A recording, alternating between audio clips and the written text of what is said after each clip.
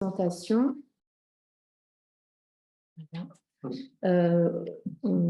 On va tout d'abord en profiter pour passer la main sur ce projet en réseau à nos deux financeurs, donc, que sont l'ADEME et la DGEC. Et puis après, on vous présentera l'équipe et notamment ceux qui vont intervenir pendant toute la matinée. Peut-être Xavier, si tu es là, je te laisse prendre la parole pour le mot d'introduction et puis après Arnaud Vincent pour l'ADEME.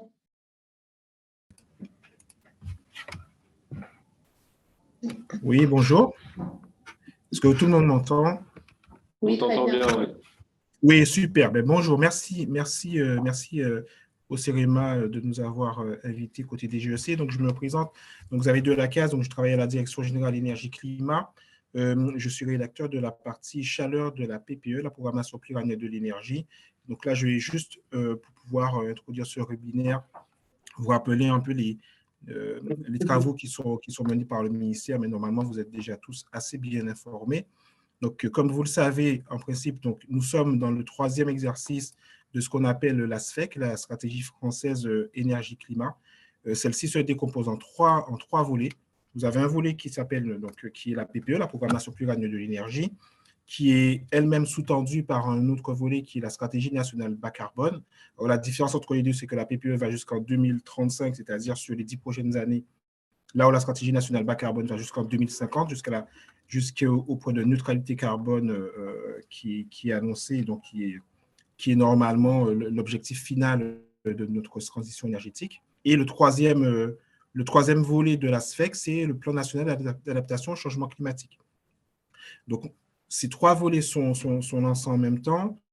Néanmoins, comme je viens de le souligner, la PPE et la SNBC sont étroitement liées dans la mesure où la PPE reprend sur les 10 premières années ce que la SNBC fait sur toute la trajectoire 2025-2050, avec le point particulier que la PPE a pour mission de décliner les objectifs de la SNBC sur la première décennie en politique publique bien concrète. C'est-à-dire qu'on va fixer des objectifs sur différentes ENR et on va essayer de mettre en face les politiques publiques pour pouvoir les atteindre. Alors ici, tout l'intérêt pour nous de travailler avec le CEREMA qui a tout notre appui sur le développement d'un réseau, c'est justement parce que ça va être un outil extrêmement important, à la fois pour qu'au niveau des collectivités, vous puissiez régionaliser les objectifs qui vont être donnés par la PPE, donc d'ici 2035, donc avec un passage en 2030, mais aussi pour que vous ayez cette capacité de déployer ce qu'on appellera, et on en parlera très rapidement après, les plans locaux de chaleur et de froid, qui sont une disposition en application de la directive efficacité énergétique. Ça, je reviendrai là-dessus plus tard. Donc voilà, c'est simplement pour vous dire que l'outil de réseau va vous être extrêmement utile d'ici les prochains mois et même peut-être bien au-delà pour pouvoir nous aider à piloter les politiques publiques, notamment dans le domaine de la chaleur et du froid, de manière cohérente et coordonnée. Merci. Merci Xavier. Je laisse tout de suite la parole à l'ADEME. Arnaud, si tu es là pour mot d'introduction. Oui, bonjour. Donc, on est parfaitement en phase avec la DGEC, c'est-à-dire que nous sommes liés certes par des conventions historiques avec le CEREMA. Vous m'entendez bien là? Je ne vois aucun son. C'est bon? Oui, on t'entend bien. Voilà. Donc, donc ce travail est réalisé notamment dans ce cadre-là de la convention qui nous lie avec le CEREMA. Mais au-delà de ça, nous pensons que voilà, ces travaux sont vraiment extrêmement bien menés, que ce soit en termes scientifiques, en termes d'opérationnalité. Il y a en plus une vraie feuille de route sur là où doivent arriver ces travaux, là où ça doit nous mener. Et puis, il y a une vraie adaptabilité aussi aux besoins et aux exigences des uns et des autres. On sait que, pour citer j'en oublie beaucoup, mais le CEREMA travaille en totale coopération avec la FPG, avec le CIB pour le bois, etc. J'en passe et des meilleurs. Donc, on apprécie vraiment cette capacité à coordonner et à mutualiser les travaux avec d'autres associations. Et en particulier pour ce qui concerne les réseaux de chaleur, j'insiste sur les liens avec France Chaleur Urbaine, avec le réseau des initiateurs de réseau d'amorce. Voilà, le CEREMA est vraiment dans cette logique de collégialité qu'on apprécie énormément. Et demain, ce travail-là, qui est en open data, qui est très, très ouvert, ça doit enrichir toutes les autres initiatives, le travail des BE, des opérateurs, des collectivités. Donc, ça ne se substitue pas au travail des BE en particulier, hein, ça ne se remplace pas une étude de faisabilité, mais ça donne de vraies orientations sur les sources ENR et sur les potentiels de conso.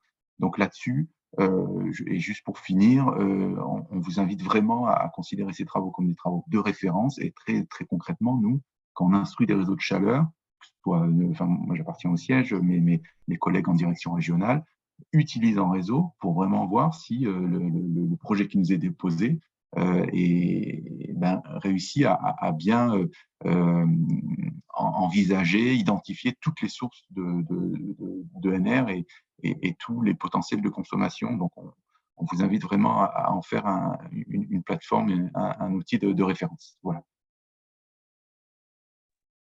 Merci Arnaud pour ce mot d'introduction. Donc effectivement, hein, l'idée c'est dans cette matinée de rentrer un petit peu plus dans tous les travaux dans Réseau. Donc voilà, toute la matinée on va vous parler dans Réseau de tout ce qu'on a fait depuis 2024, ce qu'on prévoit de faire en 2025.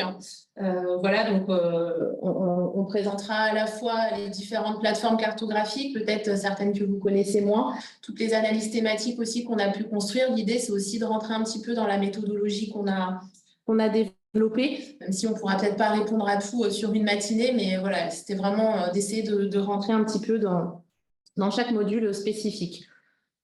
Pour démarrer, je vais vous présenter l'équipe qui travaille sur En Réseau, puisque bon, j'ai commencé à parler, mais je ne me suis pas présentée. Et puis voilà, là, vous avez en visio toute l'équipe qui travaille dessus, qui est l'équipe du pôle Réseau de chaleur et de froid du CEREMA. Donc moi, je suis Cindy Melfort, je suis responsable du pôle et chargée d'études sur tout ce qui est réseau de chaleur et de froid. Alors, je vais peut-être laisser la parole vite fait à mes collègues pour faire un tour de table en disant le nom de chacun. Ils vont faire coucou et vous allez les voir pendant les présentations. Donc, Charlie Le Gabidec, je suis aussi chargée d'études au pôle réseau de chaleur. Et Luc Petitpain aussi également au pôle. Brice Aubran au pôle. Et Arthur Osnac, je suis stagiaire, mais je suis un peu aussi dans le pôle. Voilà, notre stagiaire là sur ce début d'année. Juste pour dire aussi rapidement, donc l'équipe du pôle, c'est 4 personnes. On espère peut-être un recrutement en plus. Pour l'instant, c'est des stagiaires qui font l'office du point d'interrogation. On alimente un site internet qui est Centre de ressources sur les réseaux de chaleur. Vous avez le lien vers le centre de ressources pour ceux qui ne le connaissent pas. C'est des études qui sont financées notamment par la DGEC et l'ADEME, des travaux comme En Réseau. Et puis aussi tout un volet pour les collectivités sur des postures d'accompagnement, d'appui conseil autour des réseaux de chaleur et de froid et plus largement de la chaleur et du froid renouvelable. Donc voilà un petit peu les différentes casquettes qu'on peut avoir, mais voilà, aujourd'hui on va faire un focus sur un projet un peu phare du pôle qui est le projet En Réseau, et je vais laisser Luc présenter le contexte de ce projet et sa genèse. Merci. Oui, effectivement, à ce webinaire, l'idée, c'est bien de prendre le temps un peu de vous présenter en détail à la fois les modules cartographiques, les analyses, etc. Parce qu'on a eu l'habitude de le présenter assez régulièrement là, ces derniers temps dans le cadre de différents webinaires et séminaires. Mais à chaque fois, voilà, le temps qui nous était donné, puisque ce n'est pas nous qui organisions l'événement, était relativement restreint et on avait du mal à rentrer dans les détails. Donc là, l'idée, c'est vraiment de rentrer dans les détails de tout le travail qui a pu être fait et de ce qui va être fait. Donc, pour vous aider à bien prendre en main voilà, ces travaux-là. Donc, juste pour dire que le projet En Réseau, il vient pas de nulle part. Il vient d'une part d'un travail un peu de longue haleine qui visait à répondre à une directive efficacité énergétique pour estimer les besoins en chaleur et en froid en France. Donc, ça date même aux années 2015. Et plus récemment, il y a un projet qui s'appelle Life It and Cool qui a lieu sur la région Provence-Alpes-Côte d'Azur et qui court encore jusqu'en 2026 et qui réunit un certain nombre de partenaires. C'est un gros projet qui a plus d'une vingtaine d'actions et la première des actions, c'était déjà de caractériser le potentiel sur cette région, mais de manière assez fine, pas simplement macro. Et donc, c'est nous qui étions pilotes de cette action. Et donc, on avait développé une méthodologie et une cartographie pour essayer d'identifier ces potentiels de développement des réseaux de chaleur et de froid sur ce secteur. Étant donné que le travail a plutôt bien fonctionné sur cette région et que ça faisait plutôt consensus, on a proposé de le développer au niveau national. Et donc, c'est ça le projet en réseau, c'est finalement ce travail d'abord commencé en région de PACA qui a été déployé au niveau national. Et donc, sa structure, finalement, c'est ni plus ni moins que de mettre en relation un certain nombre de bases de données, notamment finalement, qu'est-ce que c'est un réseau de chaleur? C'est ce qui vient lier des besoins énergétiques de bâtiments à des sources d'énergie renouvelables. Et donc, il s'agit finalement de donner à voir toutes les données relatives à ces différentes briques. Donc, une première brique bâtimentaire à gauche, une brique sur les énergies renouvelables et de récupération à droite, et entre les deux, donc les réseaux, les infrastructures, avec notamment les réseaux existants et le potentiel de leur développement. Au-delà d'aller chercher de la donnée et de la structurer, il s'agit aussi d'en créer de la nouvelle et d'essayer de la faire parler. Et donc, c'est l'objet de certaines analyses et notamment de nos fameuses zones d'opportunité où finalement, on vient essayer de faire parler la donnée bâtimentaire pour montrer d'un point de vue territorial et géographique où il y a véritablement du potentiel de développement d'infrastructures collectives pour desservir de l'énergie. Et on vous le montrera bien plus précisément tout à l'heure. En termes de calendrier, vous dire que voilà, ce n'est pas un projet historique, hein, c'est relativement récent. Le Live Fit and Cool que j'ai évoqué tout à l'heure a démarré fin 2021. Et donc, c'est à partir de 2023 qu'on a pu s'atteler à vraiment à développer un outil national. Et donc, on voulait rester aussi dans ce consensus des partenaires et scientifiques. Et c'est pour ça qu'on a mené un certain nombre de groupes de travail sur tous les volets du projet en réseau, courant 2023, en mettant autour de la table les acteurs, comme pu citer Arnaud tout à l'heure, le CIB, la FPG, mais aussi le CER, le SNCU, enfin la FEDEN, le SV2U, etc. Et d'autres acteurs qui sont reconnus au moins au niveau régional, voire national, sur leur implication dans le développement des réseaux de chaleur et de froid. Et donc, ça nous a permis de développer une première cartographie fin 2023, qui a été mise en ligne en décembre 2023, et des modules complémentaires courant 2024. L'idée, c'est de vous les présenter en détail pour que vous puissiez pleinement utiliser tout leur potentiel et pas simplement gratiner la surface de ces outils. Et à partir de 2024, mi-2024 et fin 2024, on a sorti un certain nombre d'analyses pour mettre en exergue un petit peu l'utilisation d'un réseau à une maille territoriale un peu plus grande, puisque la première utilisation d'un réseau, c'est bien à l'échelle du projet, de voir à l'échelle assez fine le potentiel de développement des réseaux de chaleur. Mais étant donné qu'on a des données à la maille bâtimentaire, on peut les agréger à n'importe quelle maille territoriale. Et donc, donner à voir ce que donne cette agrégation, notamment à l'échelle régionale, mais on peut le faire à n'importe quelle maille territoriale. Et donc, c'est le but des analyses thématiques qu'on va vous présenter aujourd'hui. Et donc voilà, en résumé, donc c'est pas juste une seule carto en réseau. Déjà, c'est plusieurs modules cartographiques qu'on va vous présenter aujourd'hui. Je vais pas rentrer dans le détail. Il y a un petit peu d'accompagnement en publication, type guide de prise en main, flyer de communication. Et il y a des analyses thématiques qui notamment permettent d'accompagner des exercices de programmation énergétique. Et donc ça, c'est un peu le tableau de bord. L'idée, c'est pas de vous le présenter en détail, mais de vous dire, voilà, l'idée, c'est quand même de mettre un certain nombre de jeux de données au sein d'un même endroit pour que, en les mettant l'un à côté de l'autre, la donnée parle d'elle-même en voyant des potentiels ressortir, mais qu'en parallèle de ça, nous, on fasse des croisements géomatiques et qu'on puisse aussi visualiser directement des zones à plus fort potentiel.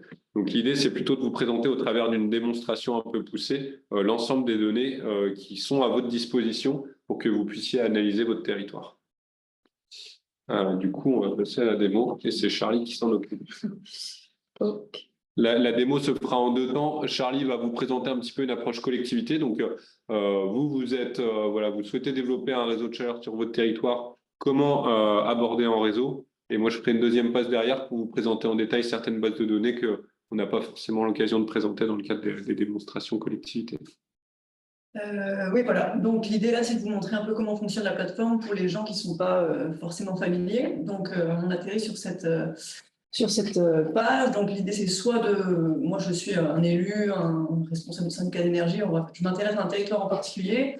Soit on décide de zoomer sur le territoire voulu, soit on peut utiliser les petits outils qui sont ici en haut à gauche et taper directement le lieu ou la ville que l'on souhaite étudier en particulier. Donc là, par exemple, je vais zoomer sur la ville de Rodez. pour identifier ce territoire. Donc les premières données qu'on a, c'est en train de charger, mais quand on atterrit sur un territoire donné, ce sont les zones d'opportunité, dont Luc vous a parlé brièvement tout à l'heure, et qui seront un peu détaillées par la suite de notre présentation. Donc on a deux types de zones, zone à potentiel et à fort potentiel, donc qui sont différenciées par les deux types de couleurs. Et ce qui nous intéresse, c'est le panneau latéral qui est sur le côté gauche ici, où vous retrouvez tous les groupes de données présentés par Luc juste avant.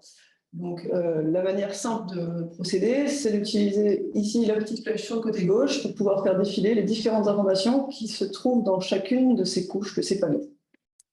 Ici, on voit donc les zones d'opportunité, on voit le petit œil, donc c'est bien affiché. Là, vous voyez donc les zones à fort potentiel et à potentiel pour les réseaux de chaleur. On peut décider aussi d'afficher les zones à potentiel pour les réseaux de froid, comme précédemment, voilà. On clique sur les petits yeux pour pouvoir faire afficher les zones désirées. Donc là, on voit les zones à potentiel pour développer des réseaux de froid. Toutes les couches d'un réseau, elles sont interrogeables. Donc, si je bascule par exemple sur les zones chaudes, on peut décider de cliquer sur une des zones pour obtenir des informations sur celle-ci. Donc, une fois qu'on clique, voilà, il y a une petite fenêtre contextuelle qui apparaît. Vite le temps que ça charge. Pardon. Vas-y, c'est bon. Pardon.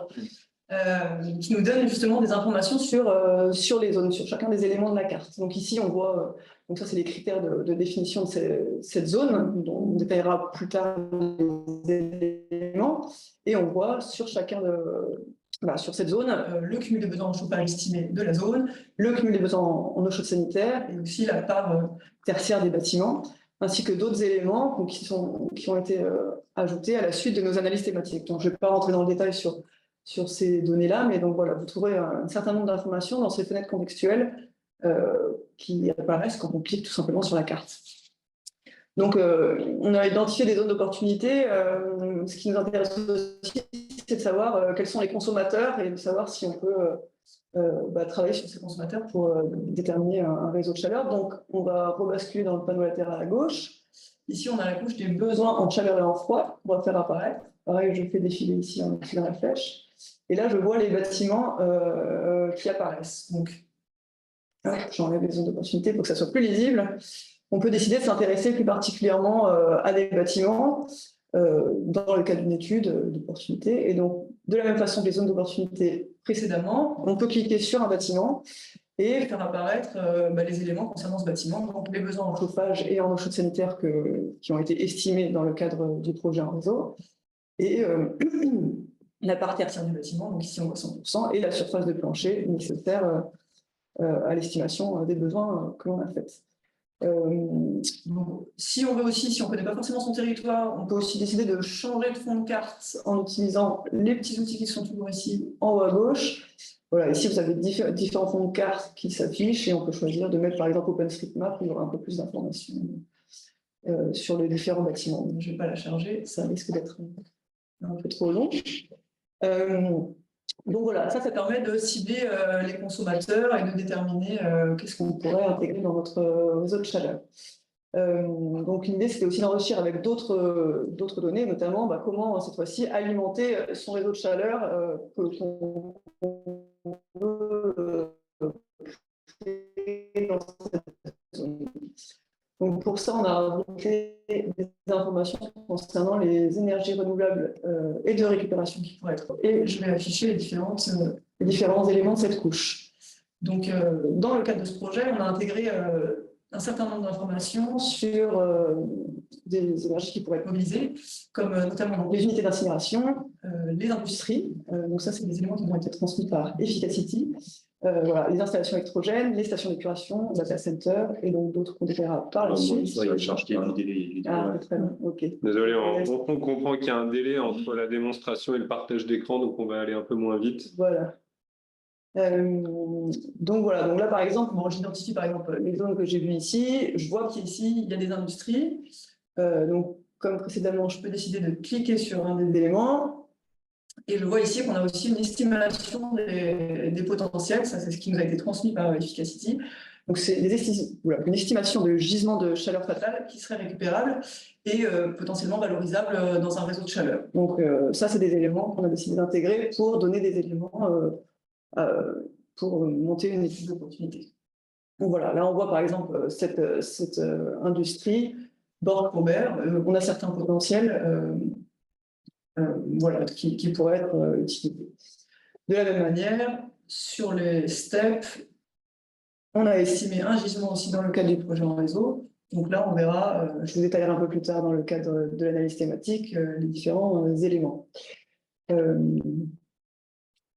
Donc voilà, ce qu'on peut. Donc ça, c'est une autre partie des données qu'on met à disposition. Ce qui est également disponible sur notre cartographie, ce sont le recensement des réseaux de chaleur et de froid existants. Donc ici, je peux l'ouvrir, mais à Rodez, je sais qu'il n'y en a pas. Du coup, il va falloir que je les zoome. Et donc, on récupère les données qui sont créées par France Chaleur Urbaine, pour le coup. Ce sont des tracés des réseaux existants et des. Je ne sais pas si je vais y arriver. Je vais aller jusqu'au Toulouse. Donc, ces tracés de réseaux existants permettent d'identifier où est-ce qu'il y a des réseaux. Et quand on met en parallèle avec nos zones d'opportunité, ça peut nous permettre d'identifier quel serait l'endroit judicieux pour étendre éventuellement des réseaux. Donc voilà, pareil que précédemment, on développe le petit panneau. On a ici les réseaux de chaleur existants, que vous allez bientôt voir apparaître à votre écran en théorie, le petit trait rouge. On peut avoir aussi donc, des réseaux de chaleur pour lesquels on n'a pas les tracés, les réseaux de froid, bien sûr, on n'oublie pas les réseaux de froid, et on a aussi les réseaux en construction. Voilà, ici c'est la tache jaune sur notre écran, donc ça c'est intéressant pour savoir où est-ce qu'il va se développer un projet. Et les périmètres de développement prioritaires, donc, qui sont les zones pour lesquelles les raccordements sur réseau de chaleur sont obligatoires pour tout nouveau projet ou travaux de rénovation. Voilà, donc ça c'est des éléments également intéressants à analyser dans le cadre d'une étude d'opportunité.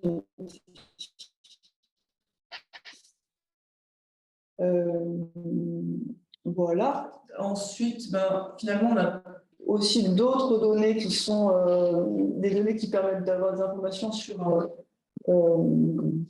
comment dire, l'état des différentes filières de stockage, donc des chaufferies, des plateformes de stockage bois. Donc ça, c'est plus pour avoir des informations concernant l'état de la filière dans la région. Et on a intégré aussi d'autres données dans le panneau autres qui peuvent permettre d'enrichir encore une analyse avec des données sur les tracés des réseaux de gaz ou les zones urbanisées. Voilà, je ne sais pas si Luc, tu veux rajouter quelque chose. Non, on va peut-être rentrer dans le détail. Déjà, vous dire, parce qu'on a eu le retour parfois que voilà, les bases de données sont bien disponibles en dépliant les groupes de bases de données. Il ne s'agit pas juste de cliquer sur le petit groupe, de déplier toutes les bases de données et de bien visualiser à la fois le groupe et la base de données qui est sous-jacente au groupe. Donc vous dire question sur comment on a construit les données, etc. Donc les présentations des analyses thématiques, mais pour celles sur lesquelles on n'a pas forcément prévu d'y répondre, je vais en dire deux mots. Nous, là, pardon. Sur l'industrie. Ouais, sur l'industrie notamment, puisque c'est pas nous qui avons construit cette donnée, elles proviennent bien donc de l'Institut Efficacity, qui en fait a estimé la chaleur fatale des industriels au regard des données ICPE, en faisant un certain nombre d'hypothèses voilà, sur les temps de fonctionnement des machines et en fonction du coup de la caractéristique de l'industrie, est-ce que c'est une industrie laitière, agroalimentaire, etc. Et donc, dedans, on a des potentiels hauts et des potentiels bas selon la température. Pour les unités d'incinération, c'est plutôt le déchet urbain qui a fourni un certain nombre de données par rapport au potentiel restant des UVE. Par contre, ça ne nous dit pas quand est-ce que ce potentiel est réellement disponible. Et donc ça, c'est un axe de travail qu'on souhaite avoir cette année. Ouais, je vais juste afficher, c'était pour avoir un peu plus de visibilité. Sur les installations électrogènes, notre principale cible à la base, alors je vois que je partage l'écran quand même pour un certain temps. Oui. Les installations électrogènes, c'est notamment tout ce qui est centrale gaz, enfin centrales thermiques qui permettent de produire de l'électricité. Et donc, on a les centrales nucléaires dedans. Et donc, on a des gisements qui, parfois, donc, sont plutôt stables, mais basse température. Et en parallèle, on a d'autres gisements qui sont très instables. Enfin, les chaudières gaz pour produire de l'électricité, c'est qu'à certains moments de l'année et pas en continu. Par contre, il y a une température plus intéressante. Les stations d'épuration, ça, c'est de la donnée publique. Et donc, l'idée, c'est juste qu'on vient apposer une donnée d'estimation de gisement de chaleur fatale au regard du débit journalier de la STEP, mais ça, on y reviendra dans une analyse thématique. Les data centers, c'est ce qui a été le plus compliqué pour nous, c'était de recenser, parce qu'il n'y a pas de base de données publique qui existe et qui recense de manière qualitative les data centers ou qui les géolocalise. Donc, on a passé un peu de temps, mais là-dessus, c'est clairement pas exhaustif. Je vois quelqu'un qui pose une question sur l'exhaustivité. Pour les data centers, on n'y est pas. La thalassothermie, ça, c'est une pré-analyse de simplement vérifier qu'il y a un aménagement portuaire permettant d'installer une installation thalassothermique, mais ça ne préjuge en rien d'une analyse énergétique ou environnementale.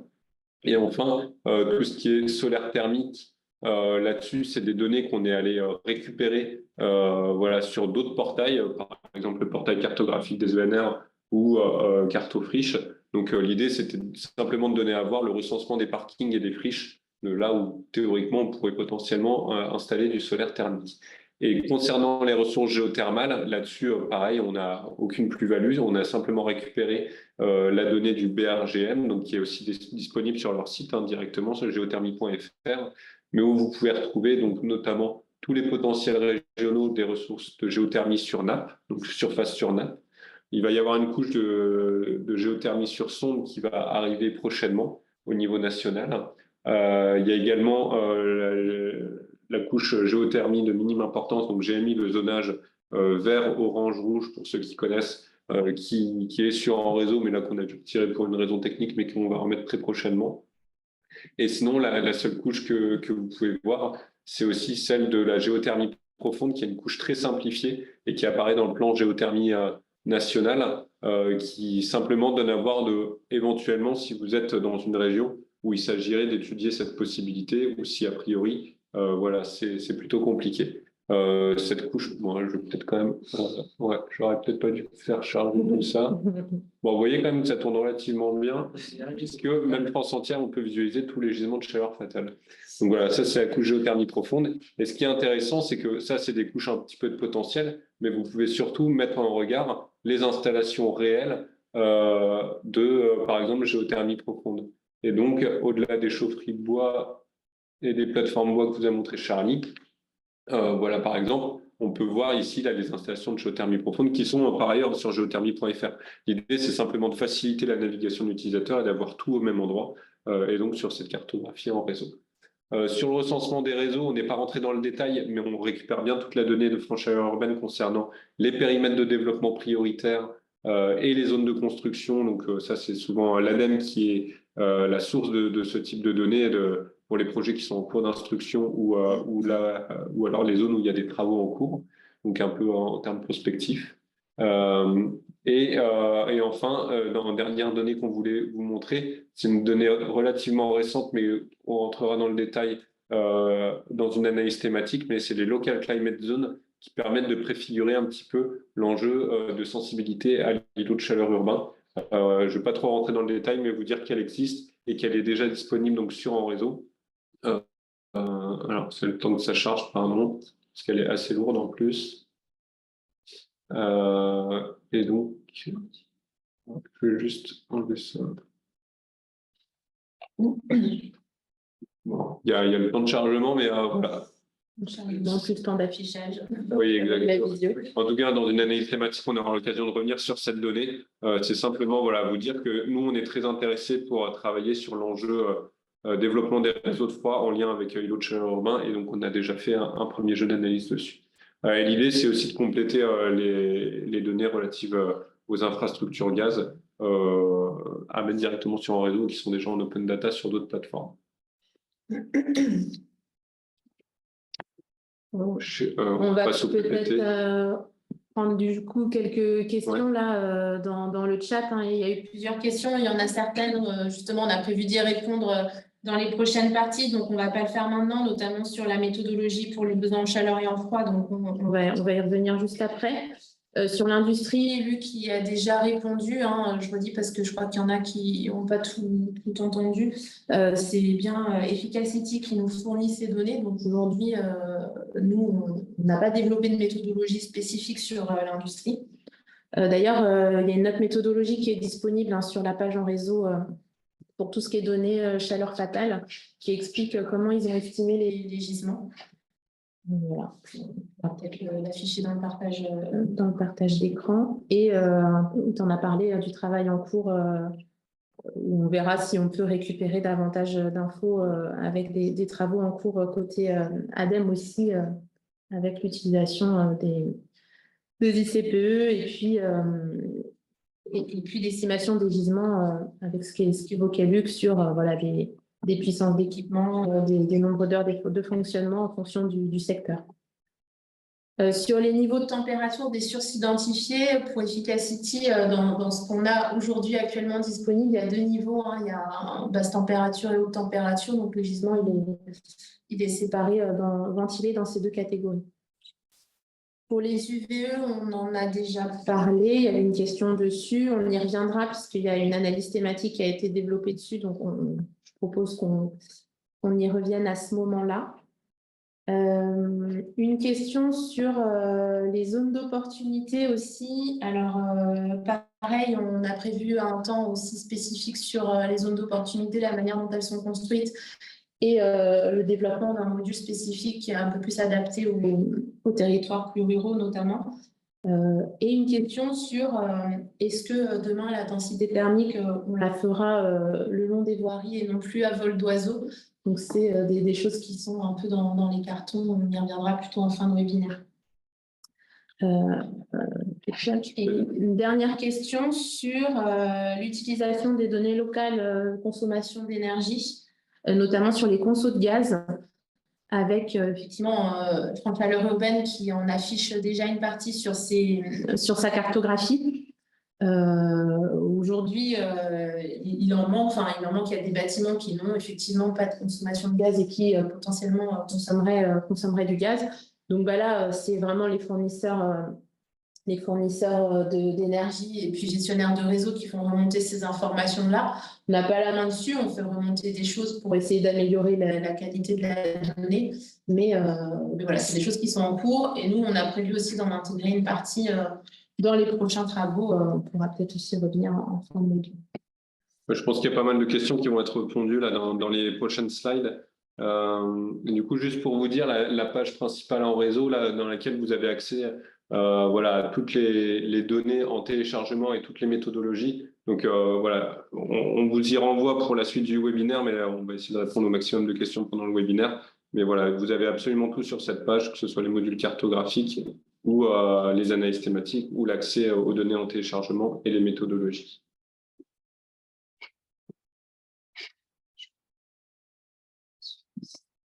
Du coup, on va passer à une première analyse qui est relative justement aux zones d'opportunité, où on va rentrer dans le détail de comment on a estimé les besoins des bâtiments, comment on a construit ces zones d'opportunité et comment vous pouvez du coup jouer avec ces objets-là.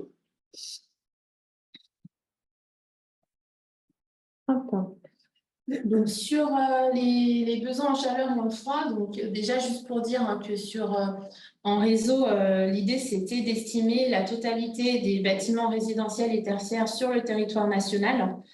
C'est pour ça qu'on est parti sur des estimations en besoin et qu'on n'utilise pas forcément partout les données de consommation d'énergie qui sont mises en open data par les fournisseurs d'énergie, parce que voilà, on a des trous dans la raquette et notamment sur le tertiaire qui est quand même beaucoup moins bien renseigné.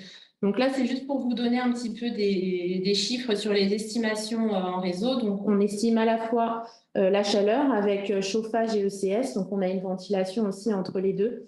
Pour le résidentiel, on sépare collectif, individuel pour le tertiaire. Et on a aussi une estimation sur les besoins en froid. Donc, vous avez tous les liens et le détail méthodologique un peu plus approfondi qui est disponible sur la page que je vous ai mis dans le chat en réseau espace documentaire. Donc, voilà, mais là, on va déjà vous présenter un petit peu comment ces données sont construites. Slide d'après. Donc, comment on estime les besoins aujourd'hui? Effectivement, l'idée, c'est pour chaque bâtiment, on va estimer une surface de plancher. Donc ça, pour faire ce travail, on utilise les fichiers fonciers et la BD Topo, puisque les fichiers fonciers, on va les récupérer uniquement pour les bâtiments qui sont soumis à une taxe, puisque ça vient des données fiscales. Donc, pour compléter, on va venir compléter avec la BD Topo et notamment sur un certain nombre de bâtiments tertiaires. Donc, on estime ces surfaces de plancher et l'idée après, c'est de venir rapatrier pour chaque bâtiment des ratios de consommation. Ces ratios de consommation pour la chaleur, donc là, on est bien sur la partie d'estimation des besoins en chaleur, on les récupère auprès du CEREN, donc qui va en fait avoir des ratios qu'il ventile pour le résidentiel par catégorie. Donc, on va avoir des typologies de logements, maisons, appartements, les années de construction. C'est notamment ça, les énergies de chauffage éventuellement aussi. Et pour le secteur tertiaire, on les ventile par secteur d'activité. Donc, vous avez le détail là, des différents secteurs d'activité, bureaux, commerce, enseignement, etc. Nous, dans le cadre des travaux en réseau, on a en plus ajouté à ces catégories les catégories piscine, puisqu'on a quand même des consommations assez spécifiques sur ces équipements et ils sont souvent structurants sur du réseau de chaleur. Toutes ces données-là, tous ces ratios-là, on les corrige du climat. Donc, on va venir affecter un DGU départemental pour chacun de ces ratios en fonction de la localisation du bâtiment. Et on a aussi une correction altimétrique qu'on fait, notamment pour les régions montagneuses, là où on prend en compte l'altitude du bâtiment. Donc là, vous avez par région, il faut savoir qu'on peut faire ces agrégations à n'importe quelle maille, puisque comme on vient estimer des bâtiments, on pourrait très bien avoir des extracts à la maille communale, à la maille intercommunale, à la maille régionale, à la maille nationale. Et d'ailleurs, c'est en cela qu'on a notamment appuyé les travaux de régionalisation de la programmation pluriannuelle de l'énergie, en venant agréger un certain nombre de données produites dans le cadre d'un réseau pour venir aider à la régionalisation de la programmation pluriannuelle. Donc ça, c'est pour les besoins en chaleur. Pour les besoins en froid, c'est globalement la même méthodologie qu'on va appliquer avec ces estimations de surface de plancher. Là, les ratios pour les consommations à froid, on a utilisé les ratios de l'ADEME, où il y avait eu des études notamment spécifiques sur le froid et les besoins en climatisation des bâtiments. Pour le résidentiel, l'année de construction, là, elle ne rentre pas en ligne de compte. On a uniquement typologie, donc maison, appartement, et puis, bien évidemment, la prise en compte des zones climatiques. Et pour le secteur tertiaire, là, on a ajouté aussi, donc on a les mêmes secteurs, mais on a ajouté en plus un secteur spécifique que sont les patinoires, avec, pareil, des données aussi un peu, des besoins un petit peu particuliers en froid. Donc, on a souhaité sortir ce secteur-là. Et donc, vous avez de même les besoins en froid estimés dans le réseau avec évidemment une forte contribution du tertiaire. Un petit point quand même sur les besoins en froid. Donc, je vous ai dit, on estime pour l'ensemble des bâtiments des besoins. Ça ne veut pas dire pour le froid que ces bâtiments sont équipés d'émetteurs de froid, de climatisation, etc. Ça veut dire que nous, par rapport à ces ratios, on estime que par rapport à un DGU, un confort d'été, autour de, je crois qu'on était parti sur 26 pour l'été, ça veut dire qu'on aurait un besoin en froid estimé sur ce bâtiment de temps. Voilà, qui ne laisse pas présager d'un moyen de climatisation qui serait mis en place.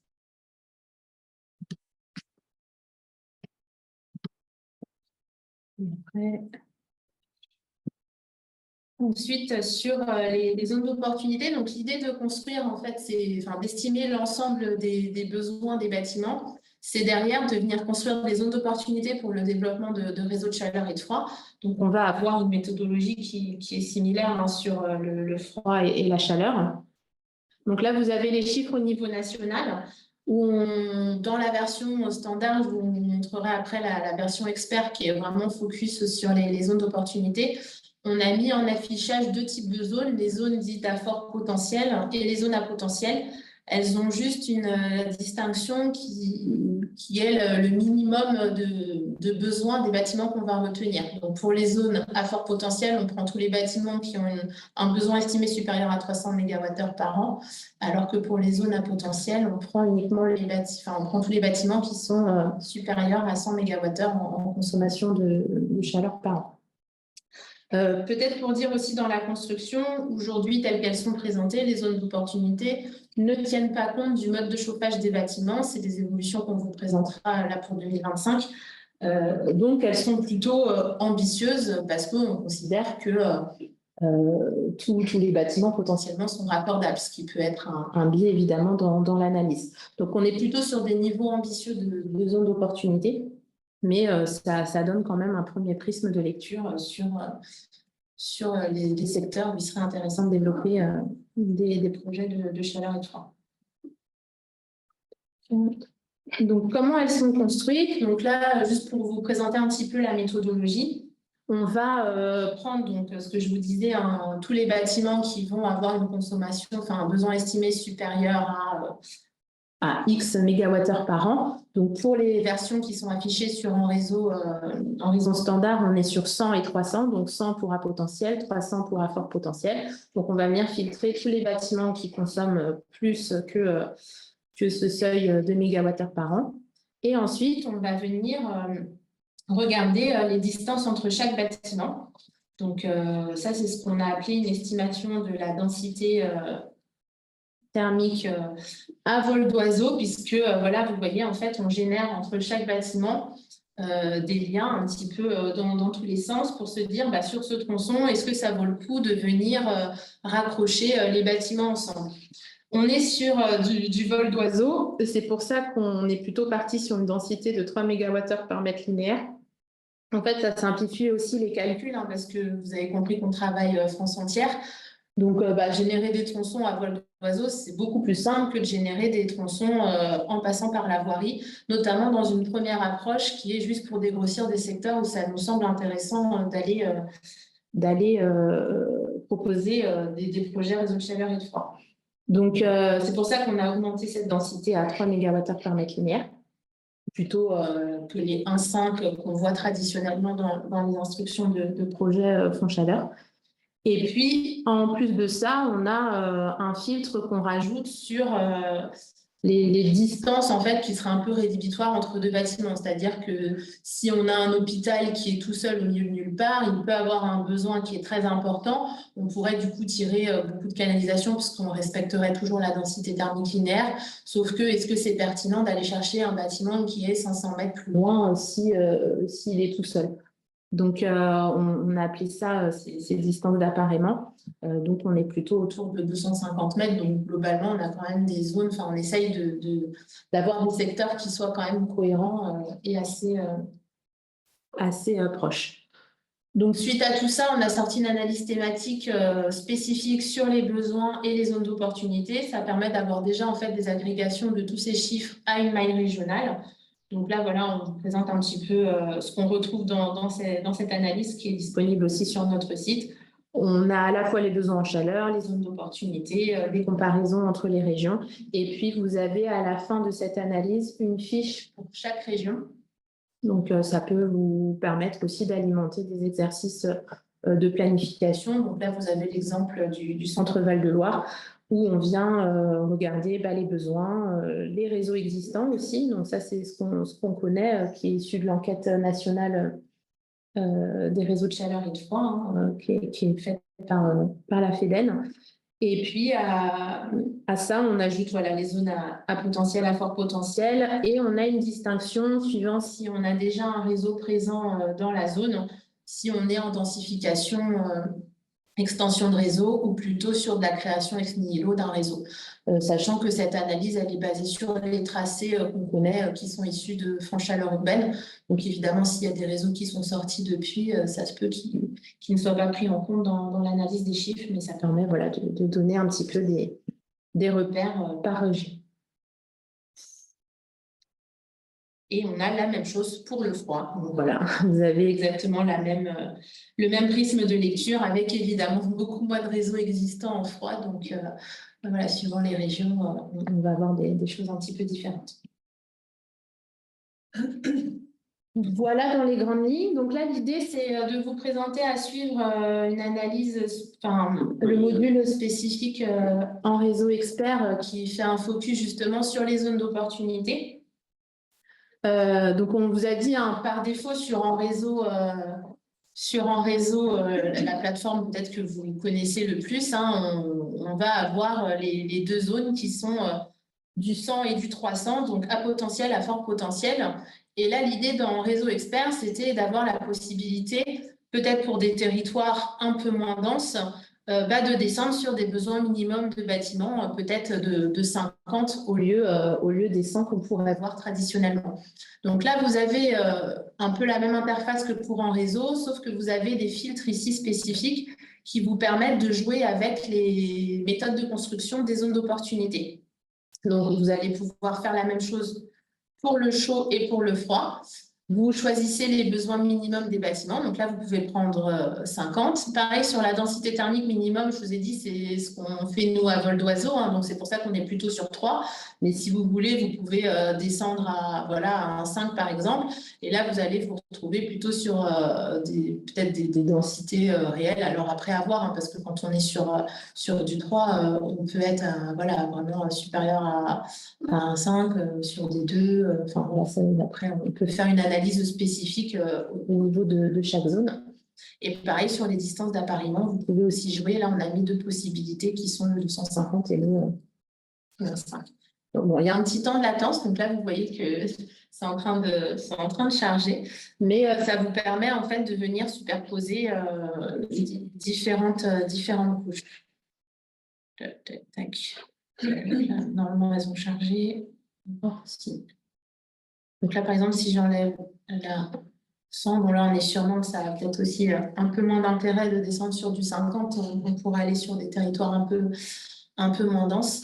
Donc là, normalement, c'est celle qui est en dessous. Il faut juste que l'autre l'affiche. Mais désolée pour le temps de latence entre ce que je fais et puis ce qui apparaît sur l'écran. Mais c'est en tout cas pour vous montrer vraiment le principe. On est en Wi-Fi sur la visio, donc je pense que c'est un peu plus lent. Donc là, là, par exemple, on est descendu à 50 au lieu des 100 de tout à l'heure. Donc, ça fait des zones encore plus grandes. Donc, évidemment, ça peut avoir son intérêt pour des secteurs plus ruraux.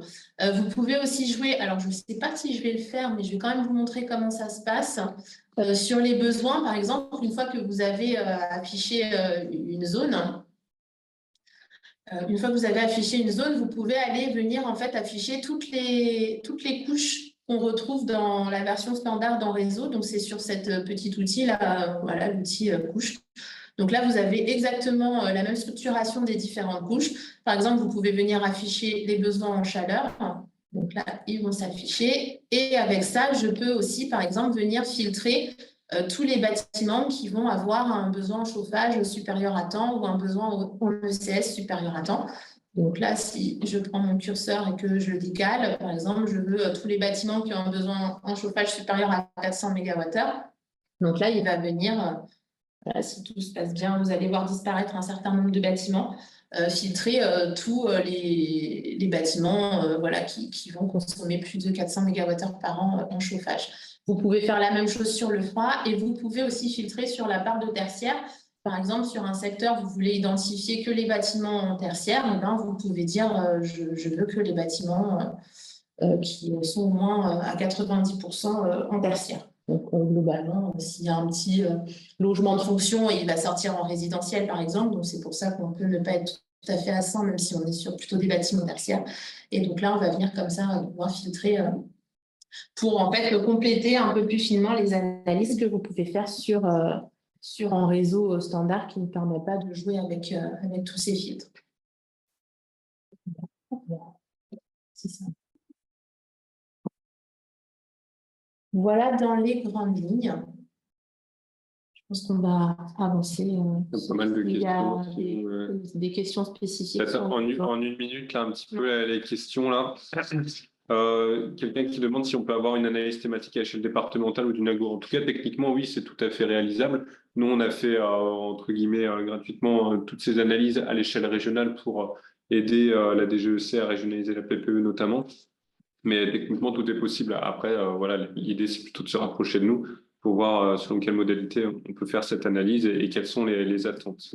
Quelqu'un demande comment éditer les cartes directement sur la plateforme. En fait, justement, aujourd'hui, la plateforme, elle permet simplement de visualiser les choses. On a des options un peu basiques pour calculer une distance, des choses comme ça, mais vous ne pouvez pas éditer vous-même, modifier la donnée, intégrer un titre différent, des choses comme ça. Ça, on y réfléchit peut-être sur un autre logiciel, mais en tout cas, le logiciel aujourd'hui ne le permet pas.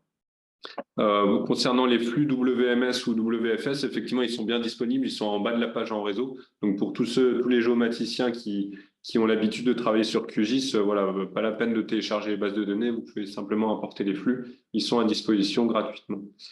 Qui a accès à un réseau expert? Tout le monde, hein, tout est gratuit. Là, tout ce qu'on vous présente, c'est tout open data, tout gratuit et ouvert à tous, hein. Donc, bureau d'études comme collectivité. Donc, pareil, c'est sur la page en réseau que vous pouvez accéder directement au module qu'on est en train de vous présenter. Après, il y a des questions un peu plus techniques, mais sur lesquelles on va répondre en fait d'ici la fin du webinaire. Donc, ne vous sentez pas frustré si je n'y ai pas répondu tout de suite, c'est parce que la réponse arrivera par la suite.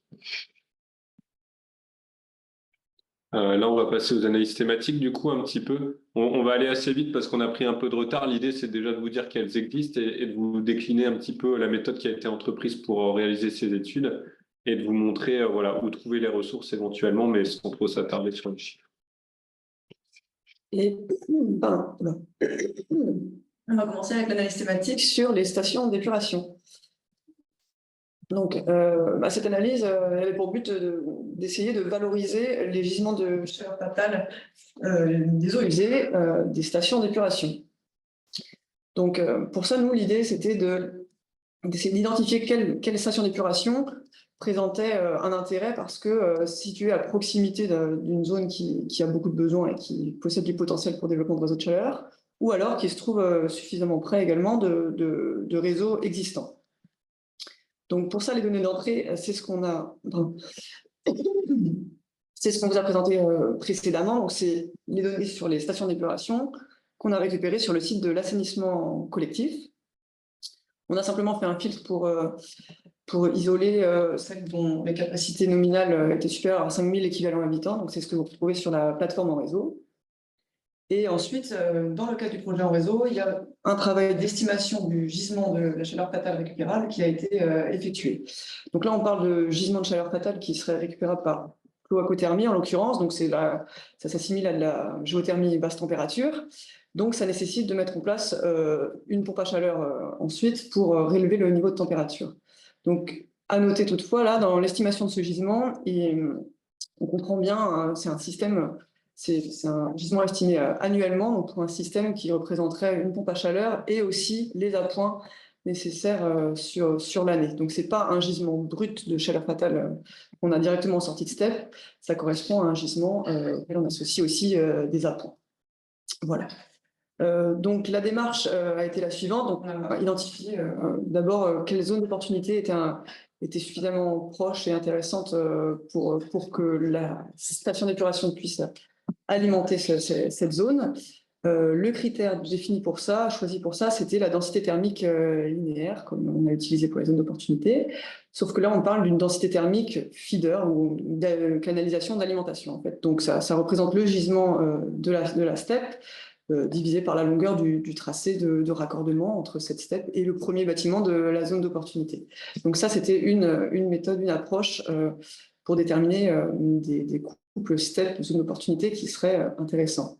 La deuxième approche, c'était donc de voir s'il y a des réseaux de chaleur à proximité qui seraient intéressants pour un raccordement. Et le critère a été le même, c'était de déterminer la densité thermique linéaire de feeder, donc de canalisation, et déterminer à 3 MWh par mètre linéaire et par an.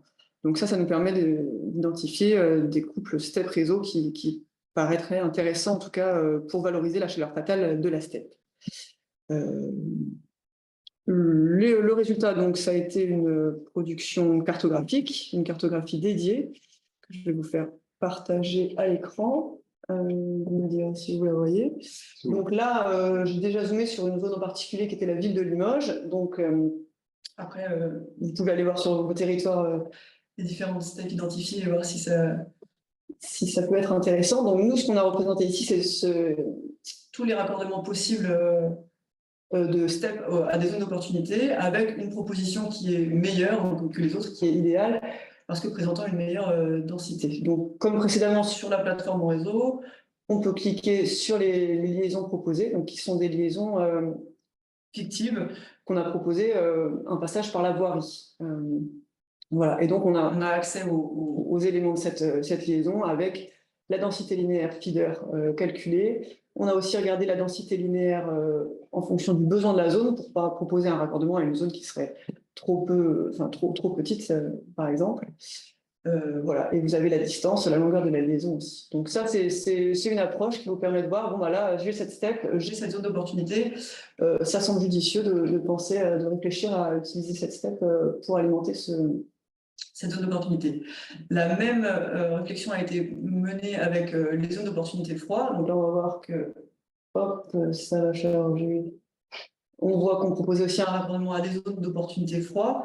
Donc, sachant que en réseau, au final, toutes nos zones froides se trouvent aussi sur des zones de chaud, on pourrait considérer que c'est intéressant aussi, même dans le cadre du développement d'une boucle d'eau tempérée, d'utiliser sur toute la chaleur basse température des stations d'épuration, c'est particulièrement adapté. Donc, c'est aussi à considérer vis-à-vis de ces zones de production, enfin d'opportunités de froid. Et la dernière proposition, c'était le raccordement à des réseaux de chaleur existants. Donc là, pareil, on propose un raccordement à un réseau de chaleur existant avec une densité thermique. Donc l'idée, c'est surtout de montrer qu'il est envisageable, en tout cas, d'exploiter cette ressource des stations d'épuration et de les valoriser dans des réseaux de chaleur à créer ou bien existants. Donc là, la petite limite toutefois, et sans doute que ça va apparaître dans les questions, on n'a pas pris en compte le niveau de température des réseaux existants. Ça, c'est une donnée qui n'a pas été rapprochée. Donc, c'est vraiment aller voir au cas par cas ensuite la faisabilité technique de cette proposition. Voilà.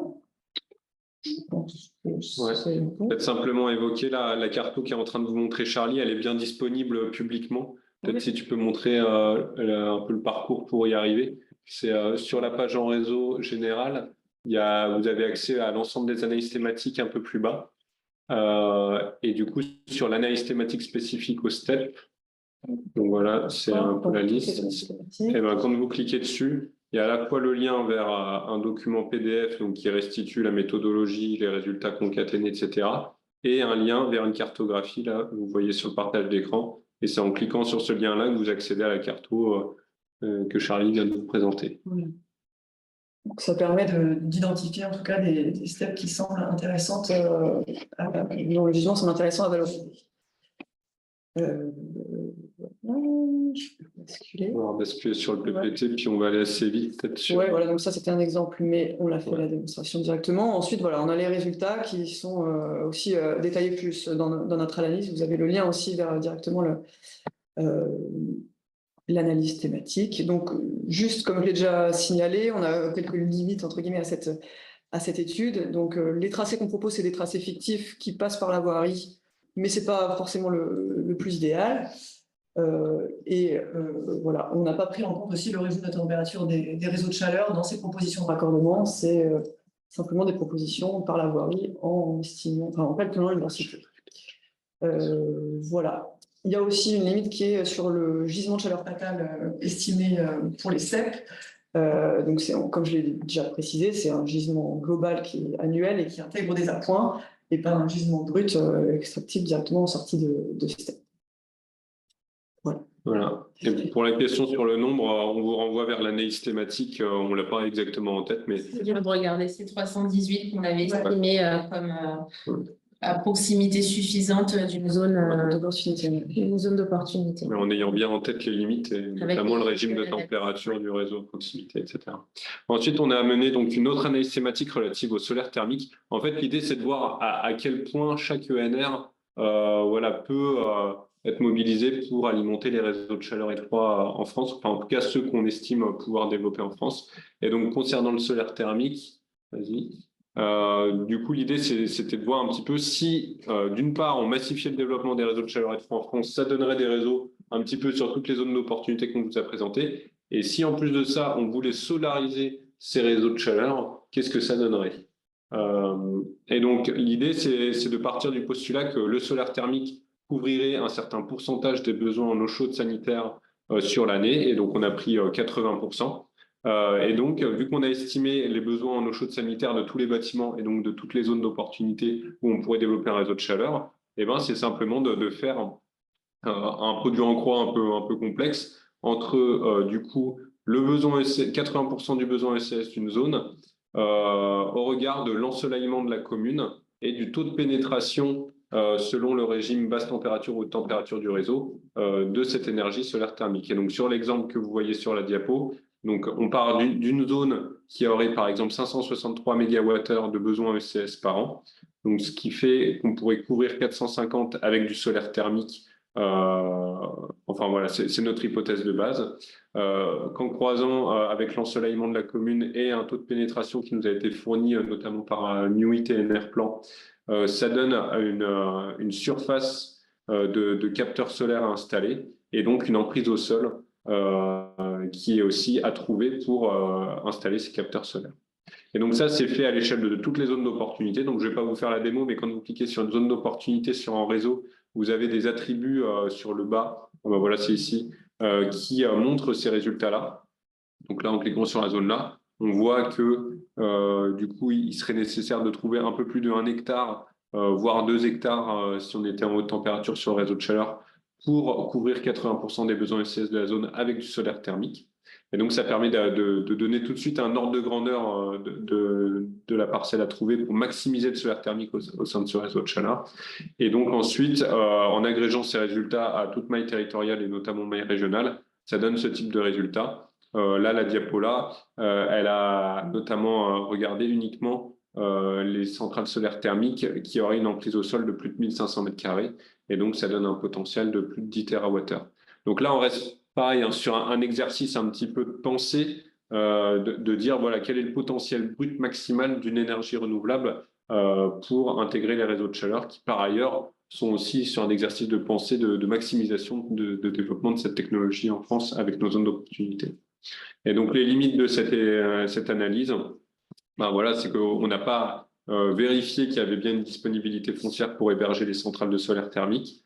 Et d'autre part, on est toujours sur voilà, un aveuglement au regard du régime de température des réseaux et des bâtiments. Je ne vais pas plus loin, mais on vous met le lien vers l'analyse thématique pour ceux que ça intéresse pour aller un peu plus dans le détail. Et on poursuit parce qu'on a pris du retard. Vous voyez, on continue de balayer les différents... Ah, c'est les diapositives. Pardon. Pour continuer donc, sur le déroulé là, des différentes analyses thématiques, hein, l'idée, c'était bien un petit peu d'avoir des focus sur les différents gisements ENR. Et donc là, c'était d'en avoir une spécifique sur les unités de valorisation énergétique, hein, donc nos incinérateurs de déchets globalement, et de savoir si on pouvait avoir encore des potentiels supplémentaires pour aller alimenter des réseaux. Donc pour ça, on a travaillé avec le SVDU et SN2E qui avaient notamment publié une étude sur des gisements restants sur le parc de leurs adhérents. Hein. Donc il y a eu un travail au site pour estimer les gisements disponibles supplémentaires. Donc à partir de ça, vous avez là sur la diapo des agrégations pour caractériser justement ce parc au niveau de chaque région, de voir les livraisons actuelles qui est issue de l'enquête annuelle et puis le gisement qui serait disponible en plus et pourquoi pas du coup le valoriser dans des projets réseau de chaleur, soit sur de l'extension ou de la création de nouveaux réseaux. Donc, pour faire ça, on a regardé un premier critère qui est la distance des différentes zones d'opportunité par rapport aux installations voilà, de ces incinérateurs. Donc ça, vous les retrouvez. On a fait des analyses moins de 2 km, entre 2 et 5, 5 à 10, etc.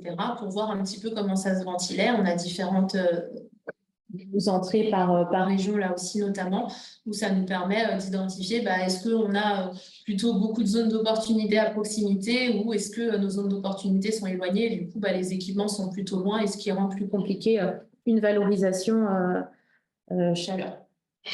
Donc voilà, et puis par rapport à ça, on a essayé de faire aussi une analyse plus spécifique avec une entrée au site là, donc en regardant en fait les sites pour lesquels on avait un gisement disponible identifié, parce qu'après on a des incinérateurs où le gisement supplémentaire était 0 parce que tout est déjà valorisé soit par un industriel à proximité, soit un réseau de chaleur existant.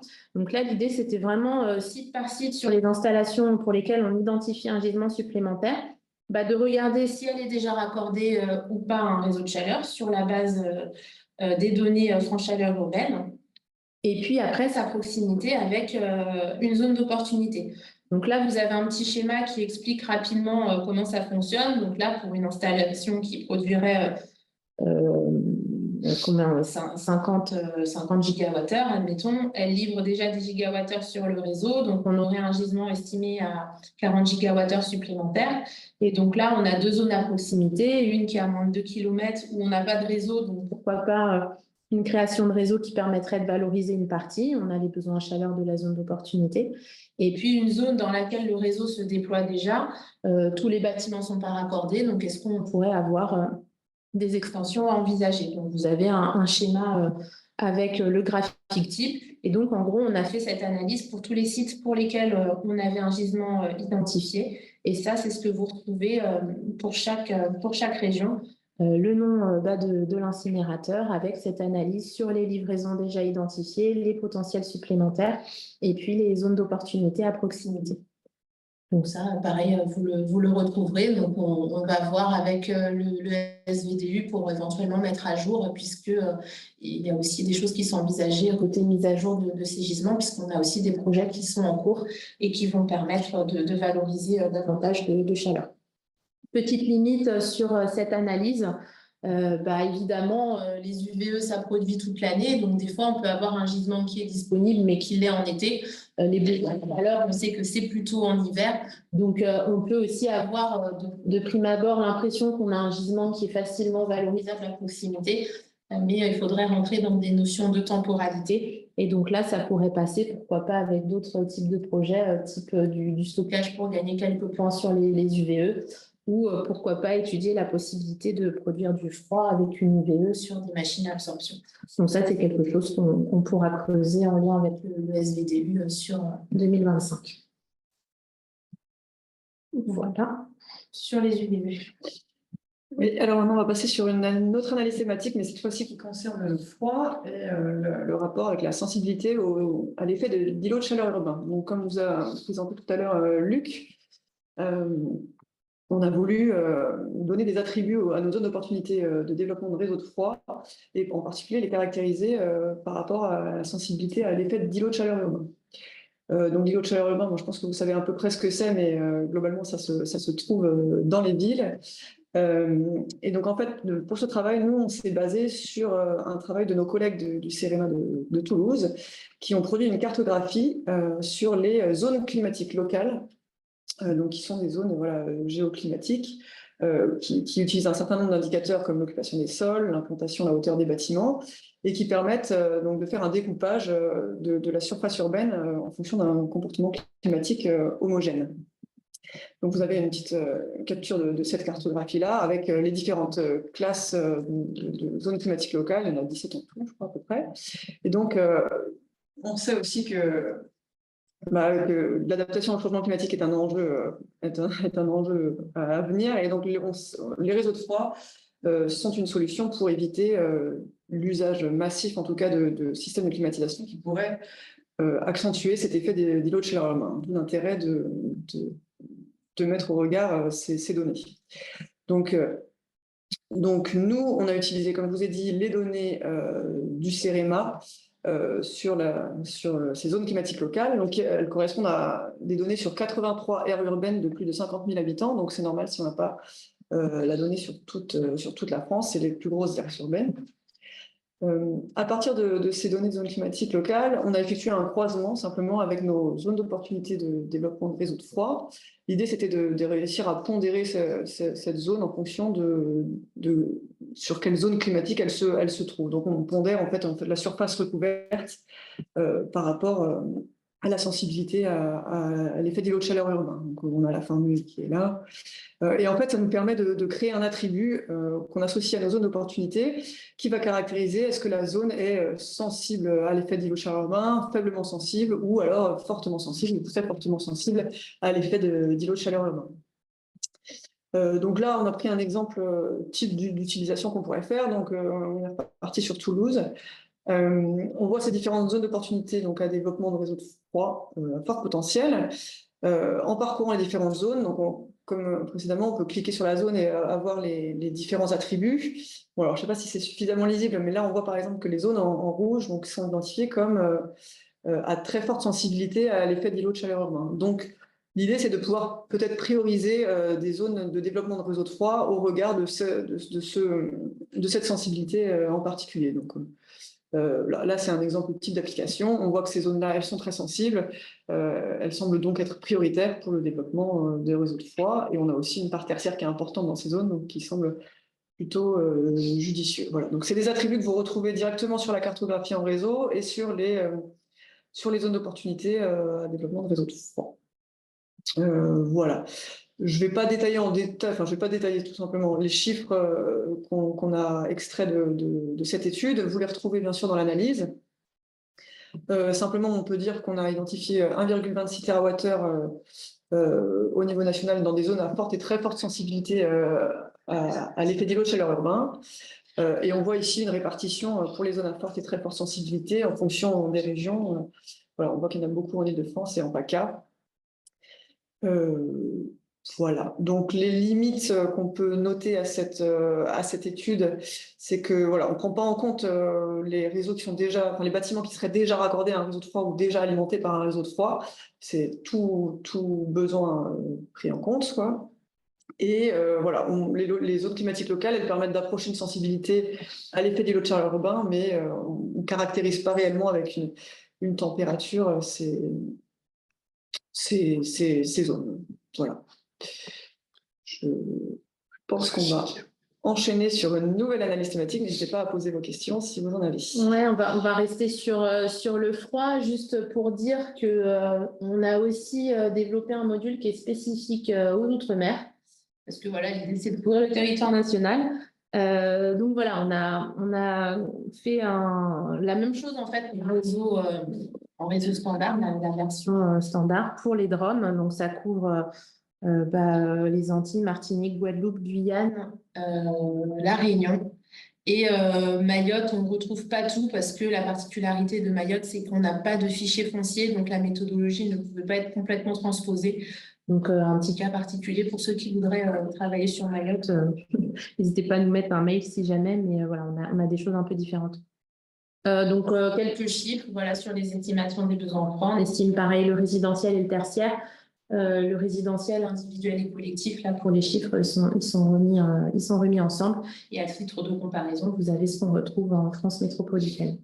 Peut-être juste pour vous dire, on a aussi fait des zones d'opportunité. Alors, effectivement, là-bas, le froid, c'est plus un enjeu. La chaleur, ça l'est beaucoup moins par rapport aux zones climatiques. Donc, il y a des choses qui sont en discussion. Pourquoi pas avec notamment de la géothermie profonde où on pourrait peut-être faire du froid. Aussi, utiliser tout ce qui est technologie sur mer pour faire des boucles de froid. Donc voilà, il y a différentes choses qui sont à l'étude. Donc l'idée, c'était un petit peu d'alimenter ces réflexions avec des zones d'opportunité. Donc on a fait pareil des analyses thématiques pour chaque territoire. Donc vous retrouvez les chiffres avec les mêmes types de graphes que ce qu'on a pu produire pour la France métropolitaine. Je vous montre rapidement la plateforme. Donc pareil, vous y accédez depuis la page en réseau de notre centre de ressources. C'est toujours toutes les ressources qu'on vous présente. Normalement, sur la page en réseau, vous avez accès à tout, que ce soit les méthodologies pour les différentes données, que ce soit toutes les analyses thématiques, les liens vers les modules cartographiques, les liens vers les flux. Donc, n'hésitez pas à aller vraiment sur cette page qui est censée tout centraliser. Après, on vous a remis dans le chat quelques liens spécifiques pour les études, mais normalement, tout est vraiment sur le site. Donc là, vous avez l'interface. Vous avez, alors en rouge, c'est pour, comme on est sur une vue planisphère quand vous arrivez, c'est pour vous mettre un petit peu les zonages. Donc voilà, là, par exemple, si on zoome sur la Guadeloupe. Hop. Donc là, vous avez la même interface. Vous pouvez afficher les ENR mobilisables. Donc pareil, on a aussi deux unités d'incinération en Outre-mer. Donc on pourrait aussi utiliser des industries, thalassothermie, des installations électrogènes. Donc pourquoi pas les utiliser aussi pour produire du froid. Et puis après, vous avez l'estimation de la même manière avec des zones à potentiel, des zones à fort potentiel, et puis les estimations des différents bâtiments en froid. Donc là, voilà, vous pouvez afficher ou pas les différentes couches. Attends, voilà, Ça met un petit peu de temps à s'afficher, mais c'est vraiment la même interface en réseau, excepté que vous n'avez que les données pour le froid et que pour les ENR mobilisables, pareil, on n'a pas complètement le pendant dans le réseau standard, mais c'est aussi adapté aux données qu'on a sur les autres mers. Donc là, la couche sur les bâtiments, elle est en train de s'afficher progressivement. Vous allez voir, voilà, ça se met en bleu. J'en profite pour rebondir sur une question qu'il y avait dans le chat. Évidemment, le développement des réseaux de froid, il est souvent conditionné à la raccordabilité des bâtiments. Donc, c'est vrai qu'aujourd'hui, on est plutôt sur des bâtiments tertiaires dans les projets qui se développent. Il y a quand même des sujets, des problématiques qui se posent autour du logement avec des problématiques de confort d'été.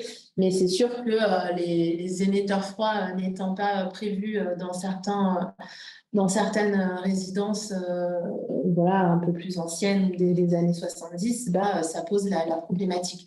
Par contre, dans des projets neufs, il y a peut-être des choses à envisager, notamment avec des technologies type boucle d'eau tempérée ou ce genre de choses, avec la mutualisation de production et voilà, pour mettre en commun.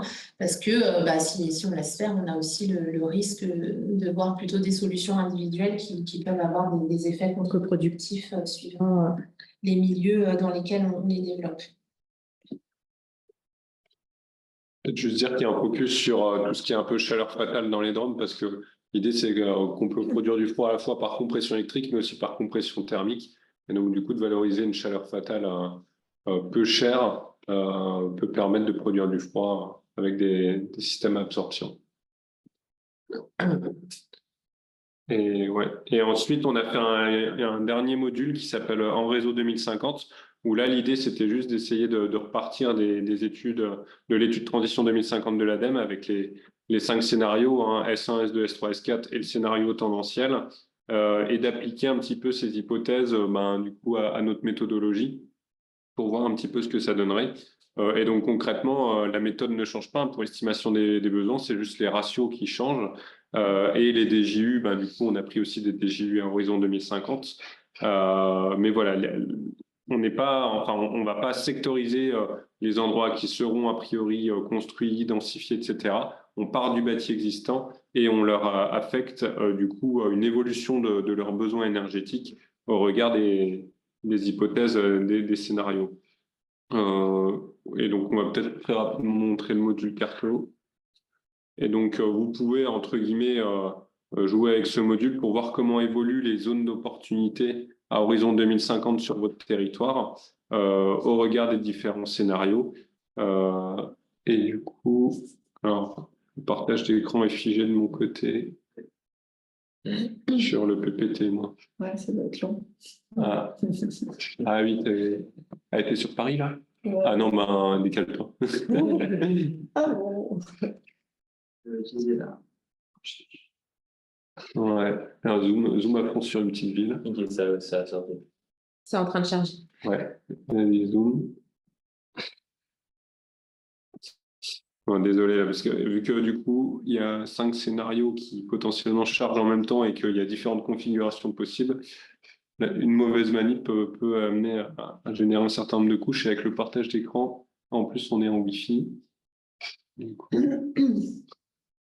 Donc voilà, l'idée, c'est simplement, donc un peu à la même manière que le module en réseau expert, vous sélectionnez sur votre gauche ce que vous souhaitez, donc notamment si vous voulez voir les zones d'opportunité chaleur ou froid, celles à potentiel ou à fort potentiel, et enfin vous sélectionnez le ou les scénarios que vous voulez comparer. Donc là, par exemple, il y a le scénario S1 et S2 qui ont été sélectionnés, et donc ça permet de voir un petit peu comment évolue la pertinence de faire des réseaux de chaleur à horizon 2050 en fonction des scénarios choisis. On n'a pas mené d'analyse thématique maille nationale sur ce thème parce que les hypothèses, on n'était pas suffisamment serein d'appliquer notre méthodologie sur les hypothèses.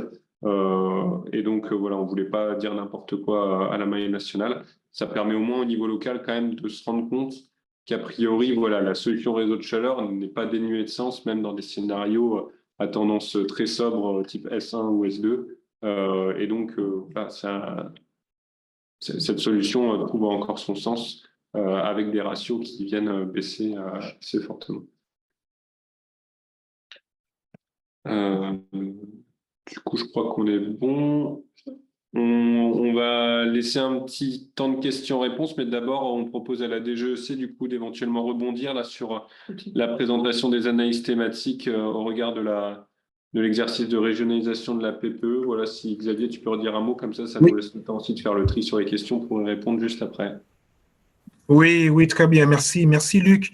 Donc justement, tout ce qui vous a été présenté jusqu'à maintenant vous a permis de constater l'intérêt d'Enreso pour pouvoir dimensionner, comprendre, qualifier les besoins de chaleur et de froid sur vos territoires. Et précisément, nous sommes maintenant, comme je vous le disais en introduction, dans l'exercice de la PPE qui va ensuite se décliner dans les territoires, justement, ce qu'on appelle la régionalisation de la PPE. Alors, cette régionalisation, elle est demandée par l'article 83 de la loi Climat et Résilience de 2019. Il s'agit comment dire, fixer des objectifs au niveau de chacune des régions en termes de développement des énergies renouvelables. Toute énergie renouvelable confondue, même si ici on est sur la chaleur et donc sur les différentes filières de chaleur, y compris de la chaleur de récupération. L'idée, en fait, ici, c'est quoi? C'est de dire, à partir des objectifs de la PPE qui ont été émis au niveau national et qui seront validés lorsque la PPE sera publiée, bien, chaque région devra être capable de dire comment elle décline ses objectifs. Et l'outil Enreso est donc justement là pour pouvoir vous aider à déterminer quels seraient les objectifs appropriés dans vos régions. Donc, premier point, la PPE, c'est 2030 et 2035. Donc, évidemment, nous, ce qu'on aimerait, ce qu'on attend de vous, ce que d'avoir des objectifs pour ces deux horizons, 2030 et 2035. Deuxième point, la PPE décline un certain nombre d'ENR. Comme je le disais, on peut détailler très rapidement, par exemple, des objectifs sur la biomasse, des objectifs sur le déploiement des pompes à chaleur, sur le solaire thermique, sur la géothermie, etc. Donc, on aimerait également, grâce à l'outil Enreso, vous avez cette capacité que vous puissiez déployer ces objectifs par filière également. Troisième point, en termes de méthodologie, donc on vous l'a montré ici, vous êtes capable, en utilisant Enreso, de déterminer les besoins de chaleur dans vos régions et donc ensuite de voir comment répondre à ces besoins. Pour information, c'est un travail que nous avons déjà commencé avec les DREAL. Donc, au cours de la fin 2024 et début 2025, nous avons tenu une série de webinaires avec nos correspondants Andréal pour leur présenter des méthodologies de régionalisation, leur montrer quelles étaient à la fois une façon de faire en termes de régionalisation, mais aussi quelles étaient les données sur lesquelles elles pouvaient s'appuyer. Donc, nous avons été soutenus par cela, par le Club de la chaleur renouvelable, l'Association française des pompes à chaleur, le CIREMA, évidemment, et un certain nombre d'autres experts, notamment de l'ADEME, comme Arnaud Ominsin, ici présent. Et pour la suite, et c'est donc tout l'intérêt de ce webinaire aujourd'hui, bien, nous allons petit à petit, dès lors que la PPE sera adoptée, ce qui devrait avoir lieu, on va dire, durant le courant du printemps, demander aux comités régionaux de l'énergie, à travers un courrier de notre ministre, d'élaborer des propositions d'objectifs régionaux. Et donc, dans cette commande d'élaboration d'objectifs régionaux, vous aurez à ce moment-là besoin d'un outil qui soit fiable et solide pour pouvoir vous aider, vous accompagner dans cette démarche. Donc, voilà ce que je voulais préciser pour bien montrer que si, côté DGEC, nous soutenons et nous appuyons fortement CIREMA dans le développement d'Enreso, c'est aussi parce que derrière, nous avons une application directe et qui doit permettre de répondre à un dispositif de la loi Climat et Résilience. Merci. Merci Xavier. Sinon, donc, là, on passe à la partie Questions-réponses. questions-réponses. Il y a plusieurs questions auxquelles on a répondu directement après les points sur les analyses thématiques. Comme ça, c'était plus simple pour rebondir directement. Une question sur la fréquence des mises à jour des données. Justement, ça va permettre de rebondir après sur les évolutions pour 2025. L'idée, c'est plutôt de faire des mises à jour annuelles sur les données pour lesquelles nous, on est producteurs. Après, celles pour lesquelles on est juste en affichage ou récupération de données, je pense voilà, à celles qu'on affiche, par exemple, sur la géothermie ou d'autres données. Là, ce sera la fréquence de mise à jour de ces partenaires-là. Donc, nous, on sera plutôt sur des mises à jour annuelles et l'idée, c'est notamment de pouvoir se baser sur les fréquences de mise à jour de la base de données nationale des bâtiments, mais on va y revenir. Une question qui est aussi sur les énergies renouvelables. Alors, j'avais demandé dans le chat de pouvoir préciser la question, notamment sur la réglementation qui pourrait imposer de coupler une énergie complémentaire. Si tu veux, je peux répondre. Ouais, en fait, déjà pour accéder par exemple à une TVA réduite ou pour pouvoir placer un réseau, il faut avoir plus de 50% d'énergie renouvelable dans son réseau. Donc, c'est pas une obligation, mais en tout cas, voilà, il y a des incitations, voire du coup une obligation pour accéder au fait de classer un réseau. Sinon, l'aspect réglementaire qui vient, c'est plutôt au niveau européen, la directive efficacité énergétique qui demande que voilà, les réseaux soient efficaces à un certain niveau et à différentes échéances. Et notamment, alors j'ai plus exactement en tête les chiffres, mais c'est à 2040, 2045 et 2050, il y a des objectifs de plus en plus ambitieux sur le taux renouvelable des réseaux ou sur l'intensité carbone du mix énergétique. Et là-dessus, je ne sais pas si Xavier veut répondre sur la retranscription de la réglementation française, mais en tout cas, il y a bien dans la politique européenne cette stratégie de massifier les réseaux de chaleur et aussi de les verdir en parallèle et de fixer des objectifs de plus en plus ambitieux pour les verdir.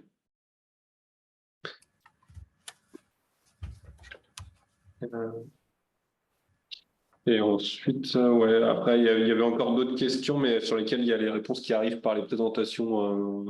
Donc, je propose que peut-être on passe directement à la présentation suivante où il y aura pas mal de réponses. Donc, on vous propose, voilà, on vous a présenté un petit peu voilà, tout ce qu'on avait réalisé au cours de ces 2 dernières années, hein, les modules cartographiques, les analyses thématiques, surtout la mise à disposition de tout ça. Il ne faut vraiment pas hésiter à prendre le temps de votre côté, à lire ce qui vous intéresse, soit les méthodologies, soit télécharger la donnée sur votre territoire, les comparer avec vos données, etc. On a bien en tête les limites de certains jeux de données et de nos méthodes. Et donc, c'est pour ça que dans notre programme de travaux de cette année, il y a notamment l'intégration de nouvelles données que certains ont évoquées dans le chat. Je pense notamment aux données locales de conso d'énergie, mais pas que. Donc, c'est l'objet de la présentation de Brice, là, de vous dire un petit peu ce sur quoi on va travailler cette année. Donc oui, nous travaillons sur la production d'un nouveau millésime de notre estimation de besoins de chaleur et de froid, qui va s'appuyer sur la base de données, la BDNB, la base de données des bâtiments, nationale des bâtiments, développée par le CSTB. Elle utilise une nouvelle maille, le groupe de bâtiments qui est des fois plus précise que le bâtiment de la topo, mais des fois c'est un agglomérat de plusieurs bâtiments. Mais le fait d'utiliser cette base de données va nous permettre d'utiliser plusieurs indicateurs qui sont agrégés par le CSTB, comme les données locales de l'énergie et le diagnostic de performance énergétique, DPE, et aussi nous permettre de créer une passerelle vers Goréneuve. Chaque bâtiment pourra avoir une URL qui nous permet d'accéder à Goréneuve. Donc ça, c'est ce qu'on compte faire cette année, mais Brice a déjà avancé. Et donc, l'idée, c'est de vous montrer une version un peu en recette. Donc, elle est pas pour le coup, ce qu'on va vous montrer, c'est pas disponible directement, mais ça le sera dans les prochaines semaines. Donc, voilà, c'est simplement mettre un peu d'eau à la bouche. Donc, on va essayer de diffuser le maximum de bâtiments. Là, en réseau actuel, on a uniquement les bâtiments supérieurs à 20 MWh. par an. Et bon, dans l'idée, on devrait avoir tous les bâtiments. Et maintenant, quand on clique sur un bâtiment, on a accès à plus d'informations. Si ça charge. C'est bon. Ça charge. Donc voilà, on a toutes les données DPE, DLE et les modes de chauffage. Donc c'est pas exhaustif, mais on reçoit les données du CSTB. Et on a un lien vers GoRev qui nous permet d'avoir accès à la fiche du bâtiment. Alors, ceux qui sont en partage d'écran, là, c'est allé un peu vite, mais quand vous cliquez sur un bâtiment, maintenant, voilà, il y a un lien directement qui se fait avec d'autres plateformes, et notamment là, celle de GoRénov. Voilà, c'est le petit vu là que vous voyez entouré en orange. Il suffit de cliquer dessus et voilà, ça vous met directement sur GoRénov avec toutes les infos. Je ne sais pas si c'est visible. Ah oui, par contre, ouais, on n'a pas. Voilà, pour ceux qui connaissent GoRénov, en tout cas, voilà, l'idée c'est qu'on fonctionne aussi comme ça maintenant, c'est que chacun n'héberge pas toutes les données sur ses serveurs, mais qu'on crée des passerelles entre les différents outils. Donc là, on vous montre que c'est possible et que c'est fait en tout cas, mais que c'est pas encore disponible hein, là, mais en tout cas, on l'a fait chez nous avec GoRénov. Et pour ceux qui connaissent peut-être pas la BDNB, mais en fait, c'est une grosse base de données bâtimentaires que le CSTB a constitué en venant agréger toutes les données open data qui sont disponibles.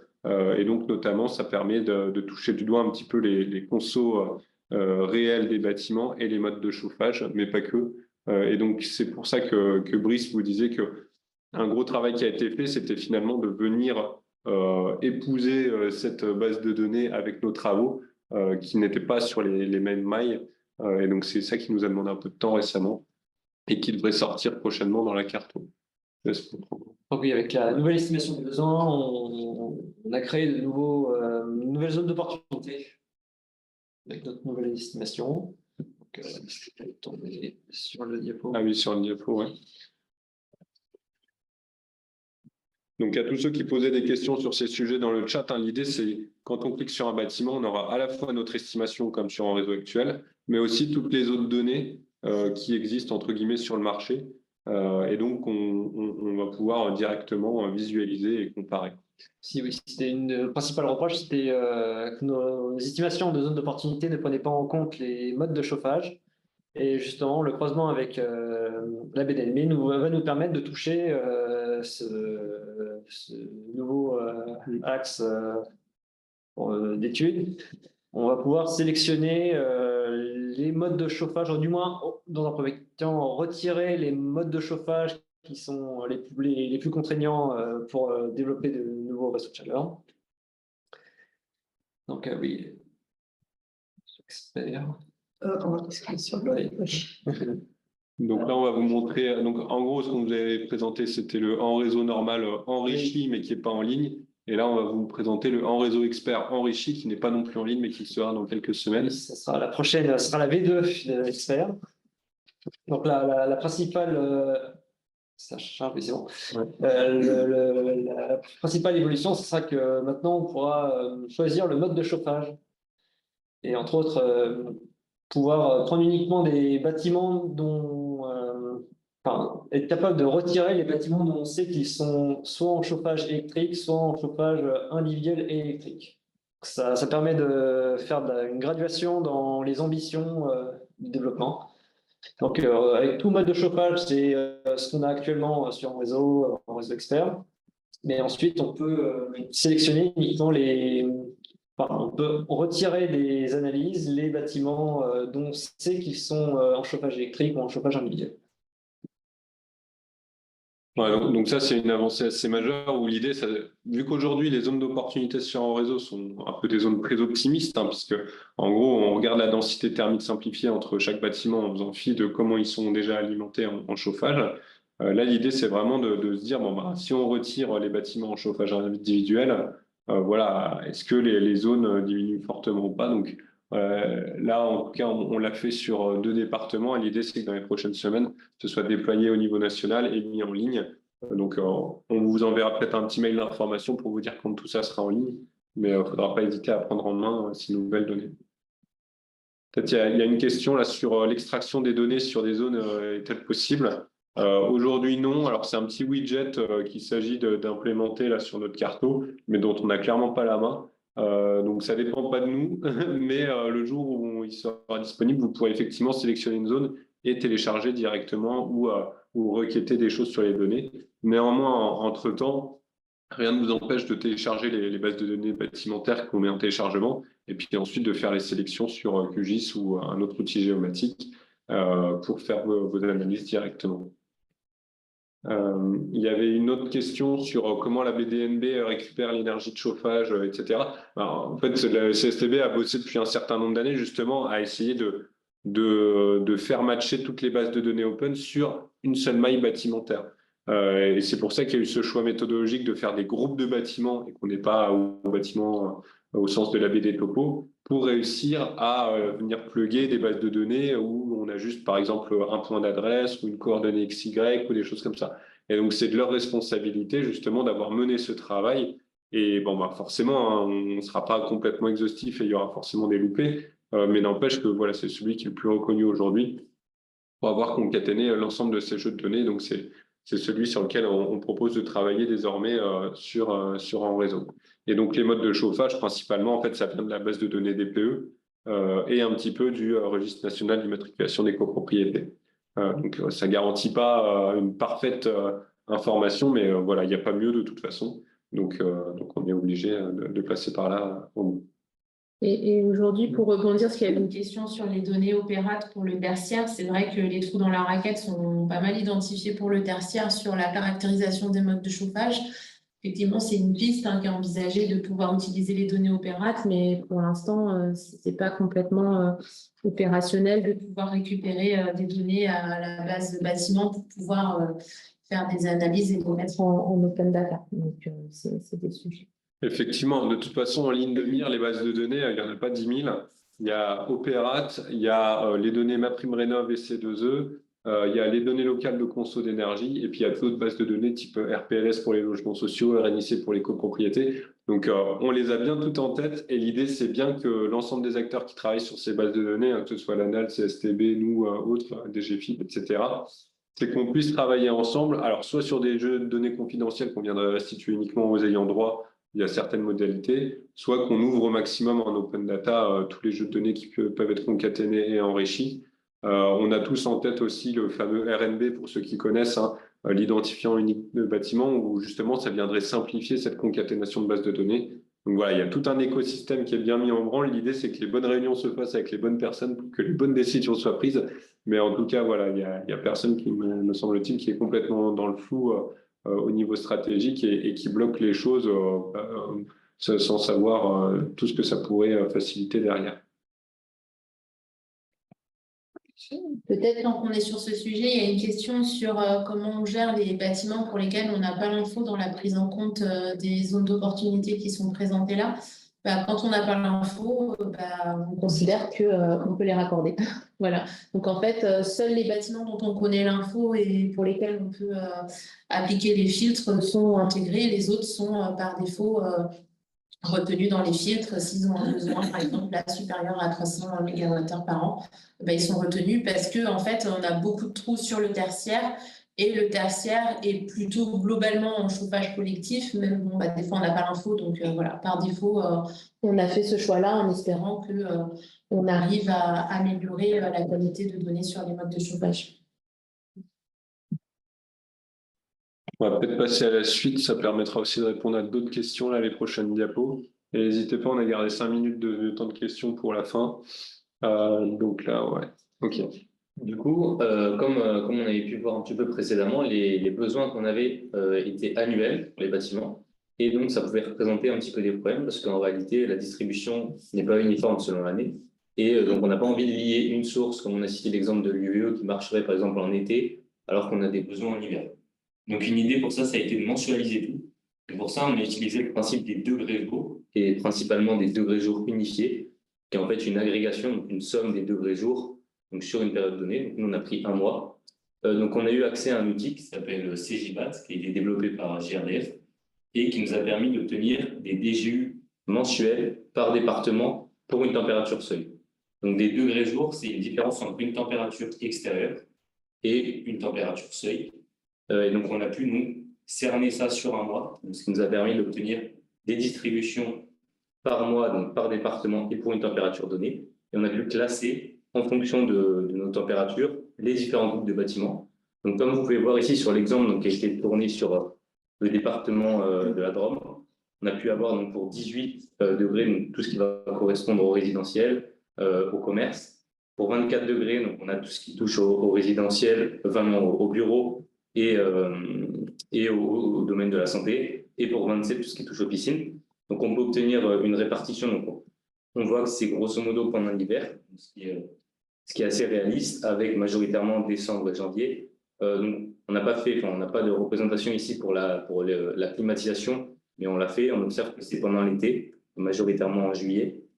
Et donc, du coup, avec ça, avec ces nouveaux calculs qui sont possibles, on pourra avoir pour un bâtiment donné qui appartient à une zone donnée, donc une géographie, et un groupe donné, donc une température seuil, on pourra lui affilier les différents pourcentages qui ont été calculés par mois et donc avoir sa consommation mensuelle et donc du coup gagner en réalisme. Effectivement, en fait, ce travail, il s'intègre dans un cadre de travail plus global. L'idée, c'est aussi de commencer à toucher du doigt des potentiels nets de développement des énergies renouvelables. On vous a montré toutes les analyses thématiques. L'idée, c'est en fait de partir d'un terrain vierge et de dire comment on pourrait développer une ENR au maximum sur ce terrain vierge.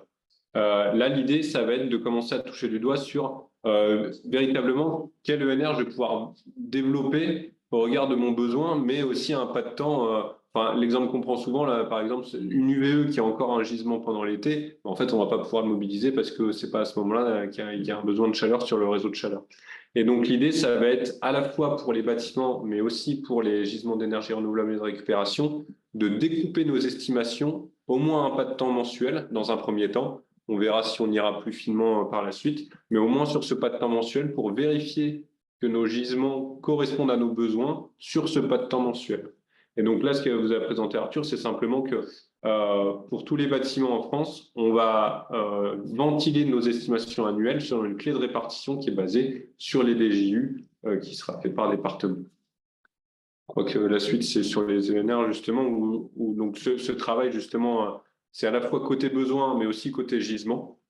Et donc là, on aura un travail de comment on mensualise les gisements des STEP, celui des UVE, celui des industries, etc., notamment pour ce qu'on considère sur la chaleur fatale. Et ensuite, ça sera de trouver l'algorithme qui va bien pour voir s'il y a une bonne convergence d'un point de vue géographique et d'un point de vue énergétique et d'un point de vue temporel entre ces besoins et ces gisements-là, pour finalement essayer de toucher du doigt sur ce que représenteraient nos zones d'opportunité en termes de mix énergétique. Ça veut dire qu'on viendrait plébisciter quel type d'énergie renouvelable c'est le plus intéressant d'étudier au regard de cette distribution temporelle. Vas-y. Ensuite, plus largement, l'idée, nous, cette année, c'est aussi d'élargir le scope et de ne plus s'intéresser qu'au réseau de chaleur et de froid, mais aussi en fait, à tous les systèmes de chauffage et de climatisation. Et donc, ce qu'on va faire, c'est d'essayer de caractériser chaque bâtiment au regard de son potentiel ENR. Donc, pour ça, en fait, l'idée, c'est de regarder les caractéristiques à la fois techniques, mais aussi énergétiques, géographiques du bâtiment. On vous montrera tout à l'heure, mais l'idée, c'est par exemple de voir si c'est possible de faire de la géothermie sur sonde sur un bâtiment au regard de finalement la disponibilité de foncier à proximité immédiate du bâtiment sur la parcelle du même propriétaire. Et donc, en fait, ça va être de travailler, donc c'est toujours pour le compte de l'ADEME, cette étude, et avec le CSTB, du coup, de travailler sur un parc de bâtis sur lequel on viendrait finalement hiérarchiser les énergies qu'on pourrait mobiliser sur ce bâtiment en suivant l'ordre ONR choix, mais en vérifiant qu'il y a une bonne compatibilité technico-économique sur chaque solution. Et aussi de regarder comment ces solutions évoluent au regard de gestes de rénovation qu'on viendrait appliquer sur le bâtiment. Et ça, c'est le CSTB qui aurait la charge de ce travail.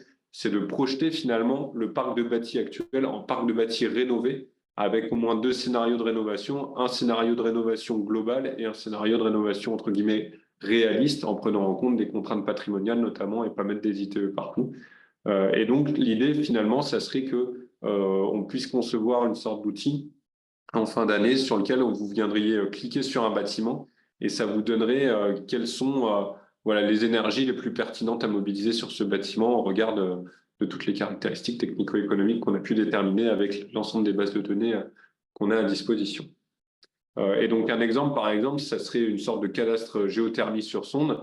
Et donc, de vérifier, ben là, on voit sur la copie d'écran, là, sur le PPT, que tous les bâtiments ne sont pas éligibles à la géothermie sur sonde parce que certains n'ont juste pas de place sur leur parcelle pour mettre des sondes. Et donc, l'idée, c'est déjà de voir combien de sondes on peut mettre sur une parcelle pour alimenter certains bâtiments et ensuite de croiser le potentiel énergétique de ces sondes avec les besoins qu'on a estimés pour vérifier finalement, tout simplement, s'il y aurait assez de sondes pour alimenter le bâtiment et couvrir à un certain pourcentage de sa consommation. Donc voilà, c'est le type de travaux qu'on projette pour cette année et qu'on veut restituer d'ici fin d'année. Il y a d'autres analyses thématiques que celles qu'on vous a présentées qu'on souhaite aussi un petit peu aborder, notamment celle de la géothermie sur nappe. Et donc là-dessus, voilà, le BRGM est en train d'homogénéiser un certain nombre de données sur le potentiel de géothermie sur nappe, parce qu'il y a beaucoup d'études régionales. En plus, c'est sur les anciennes régions administratives, donc il y en a une vingtaine. Et donc l'idée, c'est d'avoir une couche homogène du potentiel de géothermie sur nappe. Et donc l'idée, ça serait de croiser, nous, nos potentiels de développement des réseaux de chaleur ou alors des besoins en chaleur de chaque bâtiment pour voir où est-ce qu'on pourrait développer de la géothermie sur nappe et le dimensionner. Et enfin, sur la chaleur fatale industrielle, voilà, on n'a pas fait d'analyse thématique à ce jour. L'idée, c'est potentiellement de s'appuyer sur une mise à jour de l'étude ADEME qui date de 2017 et qui est faite en lien avec le CEREN, où on pourrait potentiellement avoir un jeu de données sur la chaleur fatale industrielle encore plus précis que ce qui est déjà mis en ligne et qui a été donné par Efficacity. Donc là-dessus, on est en attente de voir, voilà, ça dépendra de la donnée à laquelle on aura accès au courant d'année. Mais l'idée, c'est qu'on reste dans un paradigme où on donne à voir le maximum de choses et ensuite on vient restituer une donnée agrégée dans le cadre de nos analyses thématiques. Voilà, avant de donner la parole à la DGEC, donc voilà, l'idée, nous, c'est juste qu'en 2025, c'est toujours d'aborder les choses de la même manière, c'est à la fois donner, mettre à disposition une donnée téléchargeable et gratuite à l'ensemble des acteurs, hein, que ce soit collectivité BE pour les aider dans leur plan programme ou leur projet. Et donc là-dessus, la grosse évolution de cette année, c'est que notre jeu de données, en gros, va s'appuyer sur la BDNB et qu'on va tenter de l'enrichir avec des attributs énergétiques un peu prospectifs ou fictifs. Et donc, ça sera notre véhicule de base de données bâtimentaire sur lequel vous pourrez jouer avec vos géomaticiens à n'importe quelle maille territoriale et croiser avec vos données locales, etc. Et l'autre volet, c'est de pouvoir rendre lisible cette donnée voilà, pour ceux qui ne sont pas forcément très à l'aise avec les outils géomatiques ou les bases de données de plusieurs milliers, voire millions d'objets via une cartographie, du coup, comme celle dans Réseau aujourd'hui. Donc, que vous puissiez jouer, entre guillemets, avec ces données de manière assez simple, sans avoir à prendre en main ces énormes bases de données qui nécessitent quand même un certain niveau de compétence. Voilà, Xavier, on te laisse éventuellement rebondir sur ces présentations-là pour peut-être faire un focus sur les plans chaleur et froid. Oui, tout à fait. Merci, Luc. Donc, en fait, tout à l'heure, on parlait de régionalisation. Maintenant, on va parler de notre aspect qui va bientôt se mettre en place. Donc, il s'agit des plans locaux de chaleur et de froid. Alors là, cette fois-ci, il s'agit d'une disposition qui est prévue par la directive efficacité énergétique, l'article 25.6, qui demande à ce que toutes les collectivités qui ont plus de 45 000 habitants construisent un plan de déploiement de chaleur et de froid, de façon justement à permettre le développement au maximum du chaud et du froid renouvelable. L'idée, bien sûr, c'est que les collectivités en question s'inscrivent dans une stratégie et non pas dans une démarche de projet au coup par coup. Donc, vraiment, là encore, on rebondit sur l'outil N-Réseau qui est parfait pour faire de la planification à l'échelle qui va bien, à l'échelle régionale, voire infra. L'idée ici, c'est de réussir à faire une planification globale de la fourniture de chaleur de chaleur et de froid à vos échelles et de permettre également d'accompagner cette planification d'un certain nombre de synergies. Donc, on pourrait dire à la fois le fait qu'une communauté d'agglomération ou à une échelle un peu plus grande, une région, souhaite établir ses plans locaux, ben, ça lui permettra d'avoir une vision à peu près globale de la manière dont elle veut développer la fourniture de chaleur et de froid. Ça lui permettra également de faire des gains, des économies en trouvant des synergies, par exemple, en ayant, par exemple, un réseau de chaleur qui va être alimenté de façon conjointe par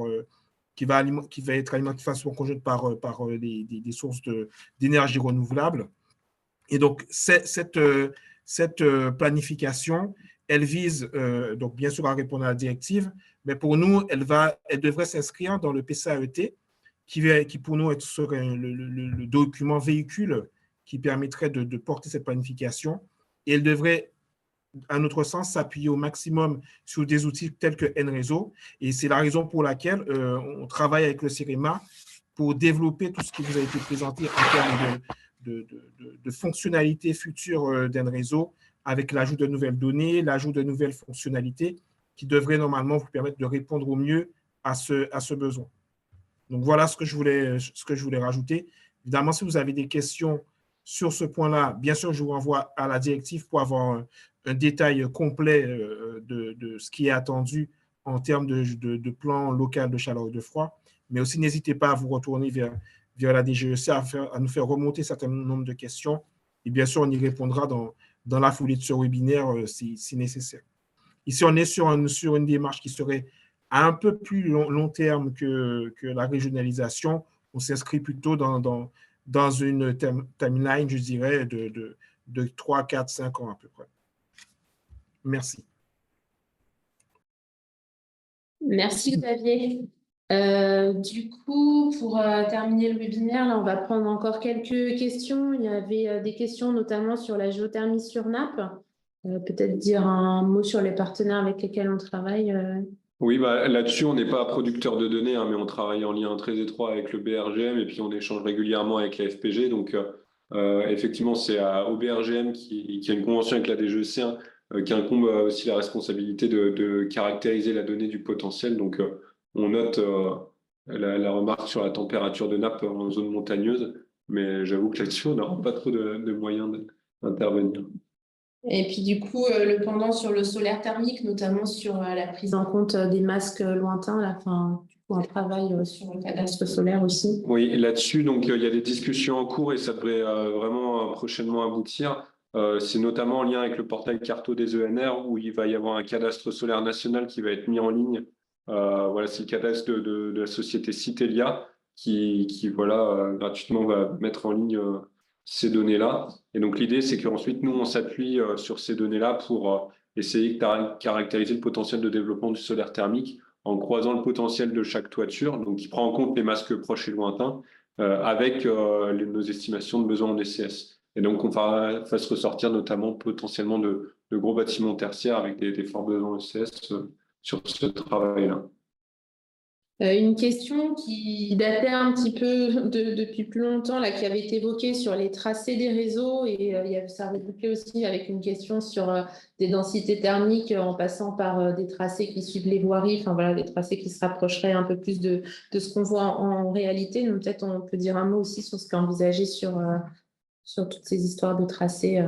Oui, là-dessus, du coup, c'est un axe de travail là, pour cette année. Alors, on verra si on le met en visualisation sur un réseau, parce que l'idée, c'est pas non plus de donner à voir des exercices trop précis qui sont basés sur des hypothèses qui ne seraient pas suffisamment réalistes. Mais en tout cas, c'est un axe de travail. Nous, on pense générer des tracés simplifiés dans toutes nos zones d'opportunité. Donc, plutôt que d'avoir des patatoïdes, ça serait des linéaires qui viendraient raccorder tous les bâtiments qu'on juge comme intéressants à raccorder à un réseau de chaleur. Pour qu'ensuite on vienne y plugger les énergies renouvelables potentiellement mobilisables. Et donc ça permettrait notamment, via ce type de tracé, de fusionner certaines patatoïdes qui ont été construites de manière indépendante pour des considérations méthodologiques, mais le tracé permettrait de rendre plus cohérent un seul et même potentiel à l'échelle d'une commune, lorsque c'est pertinent de faire un seul réseau. Donc, c'est plus un moyen d'arriver à toucher du doigt l'exercice de mix énergétique fictif plutôt qu'un livrable attendu. Là, c'est tracé fictif, entre guillemets, des réseaux, mais on compte bien le faire. Après, on a bien en tête les outils qui existent par ailleurs, hein, que ce soit développés par des syndicats d'énergie ou des bureaux d'études privés. Nous, l'idée, c'est qu'on essaie déjà de faire des choses en interne, voire qu'on s'associe avec un acteur public ou parapublic sur ces travaux-là et qui sont très bien reconnus là-dessus. Tac, tac. Est-ce que l'équivalent de ce qui a été réalisé pour les steppes sera réalisé sur les autres productions? Potentiellement, on pourrait le faire sur l'industrie, mais on ne l'a pas encore fait parce qu'on voulait attendre les chiffres de l'étude ADEME mis à jour. Sur tous les points de production localisés, on peut le faire.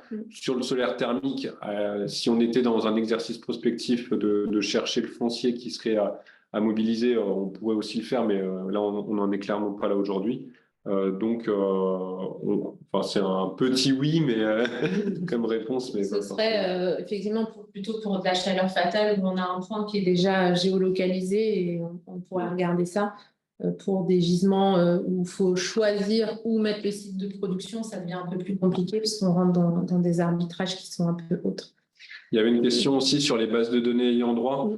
Bien avoir en tête, puisque parmi les participants, on a à la fois des collectivités qui, par nature, sont ayant droit de bases de données, notamment des fichiers fonciers, et puis aussi d'un certain nombre aussi de données peut-être plus confidentielles sur les consos énergétiques des bâtiments. Et donc, l'idée, nous, c'est que pour l'instant, on donne à voir le maximum de données open data, mais qu'on n'exclut pas de développer un module spécifique aux collectivités, s'appuyant notamment sur un programme qui est développé au CRMA qui s'appelle Urban Simul, pour ceux qui connaissent, et qui donnerait accès aux collectivités à un espace carto spécifique dans lequel on aurait des données encore plus enrichies, mais qui, du coup, sont disponibles qu'aux ayants droit. Donc, voilà, on l'écarte pas. Et je vois la dernière remarque de Nicolas Ferrand sur les tracés et l'outil FCU. FCU permet de générer un tracé et de venir interroger de la donnée. Mais nous, l'idée, c'est vraiment qu'on génère automatiquement au sein de toutes les patatoïdes, les zones d'opportunité en France, on génère un tracé fictif sur lequel on viendrait travailler ensuite. Donc, il ne s'agit pas de tracer à la main, mais de faire tourner un programme qui vient raccorder les bâtiments de la manière la plus optimale possible. Et ces bâtiments, il y en a plusieurs millions, donc l'idée, c'est pas de faire ça à la main non plus. Je crois qu'on a répondu à l'ensemble des questions. Il y a eu plusieurs aussi sur l'envoi des supports, le replay, etc. Donc tout ça, ce sera envoyé à tous ceux qui se sont inscrits. J'ai remis dans le chat le lien vers le formulaire si jamais vous voulez le transférer à d'autres personnes qui ne s'étaient pas inscrites ou que ça pourrait intéresser d'avoir ces éléments. Donc on va vous envoyer tout ça. On arrive à la fin, on a à peu près respecté le timing. Je vais en profiter pour vous remercier tous pour votre participation, pour les questions. N'hésitez pas à suivre nos actualités et tout ce qu'on peut faire sur le projet via la page qu'on vous a citée plusieurs fois. Où, dès qu'il y a des nouvelles choses qui se passent, on le met en visibilité. Les prochaines actus, ce sera dès qu'on aura le nouveau millésime de la base de données nationale des bâtiments, on fera une mise à jour globale de toutes les données en réseau. Donc, ça répondra notamment sur la prochaine mise à jour qui devrait être imminente. Et on va vous souhaiter un bon appétit à tous et une belle journée. Merci. Merci et bonne journée.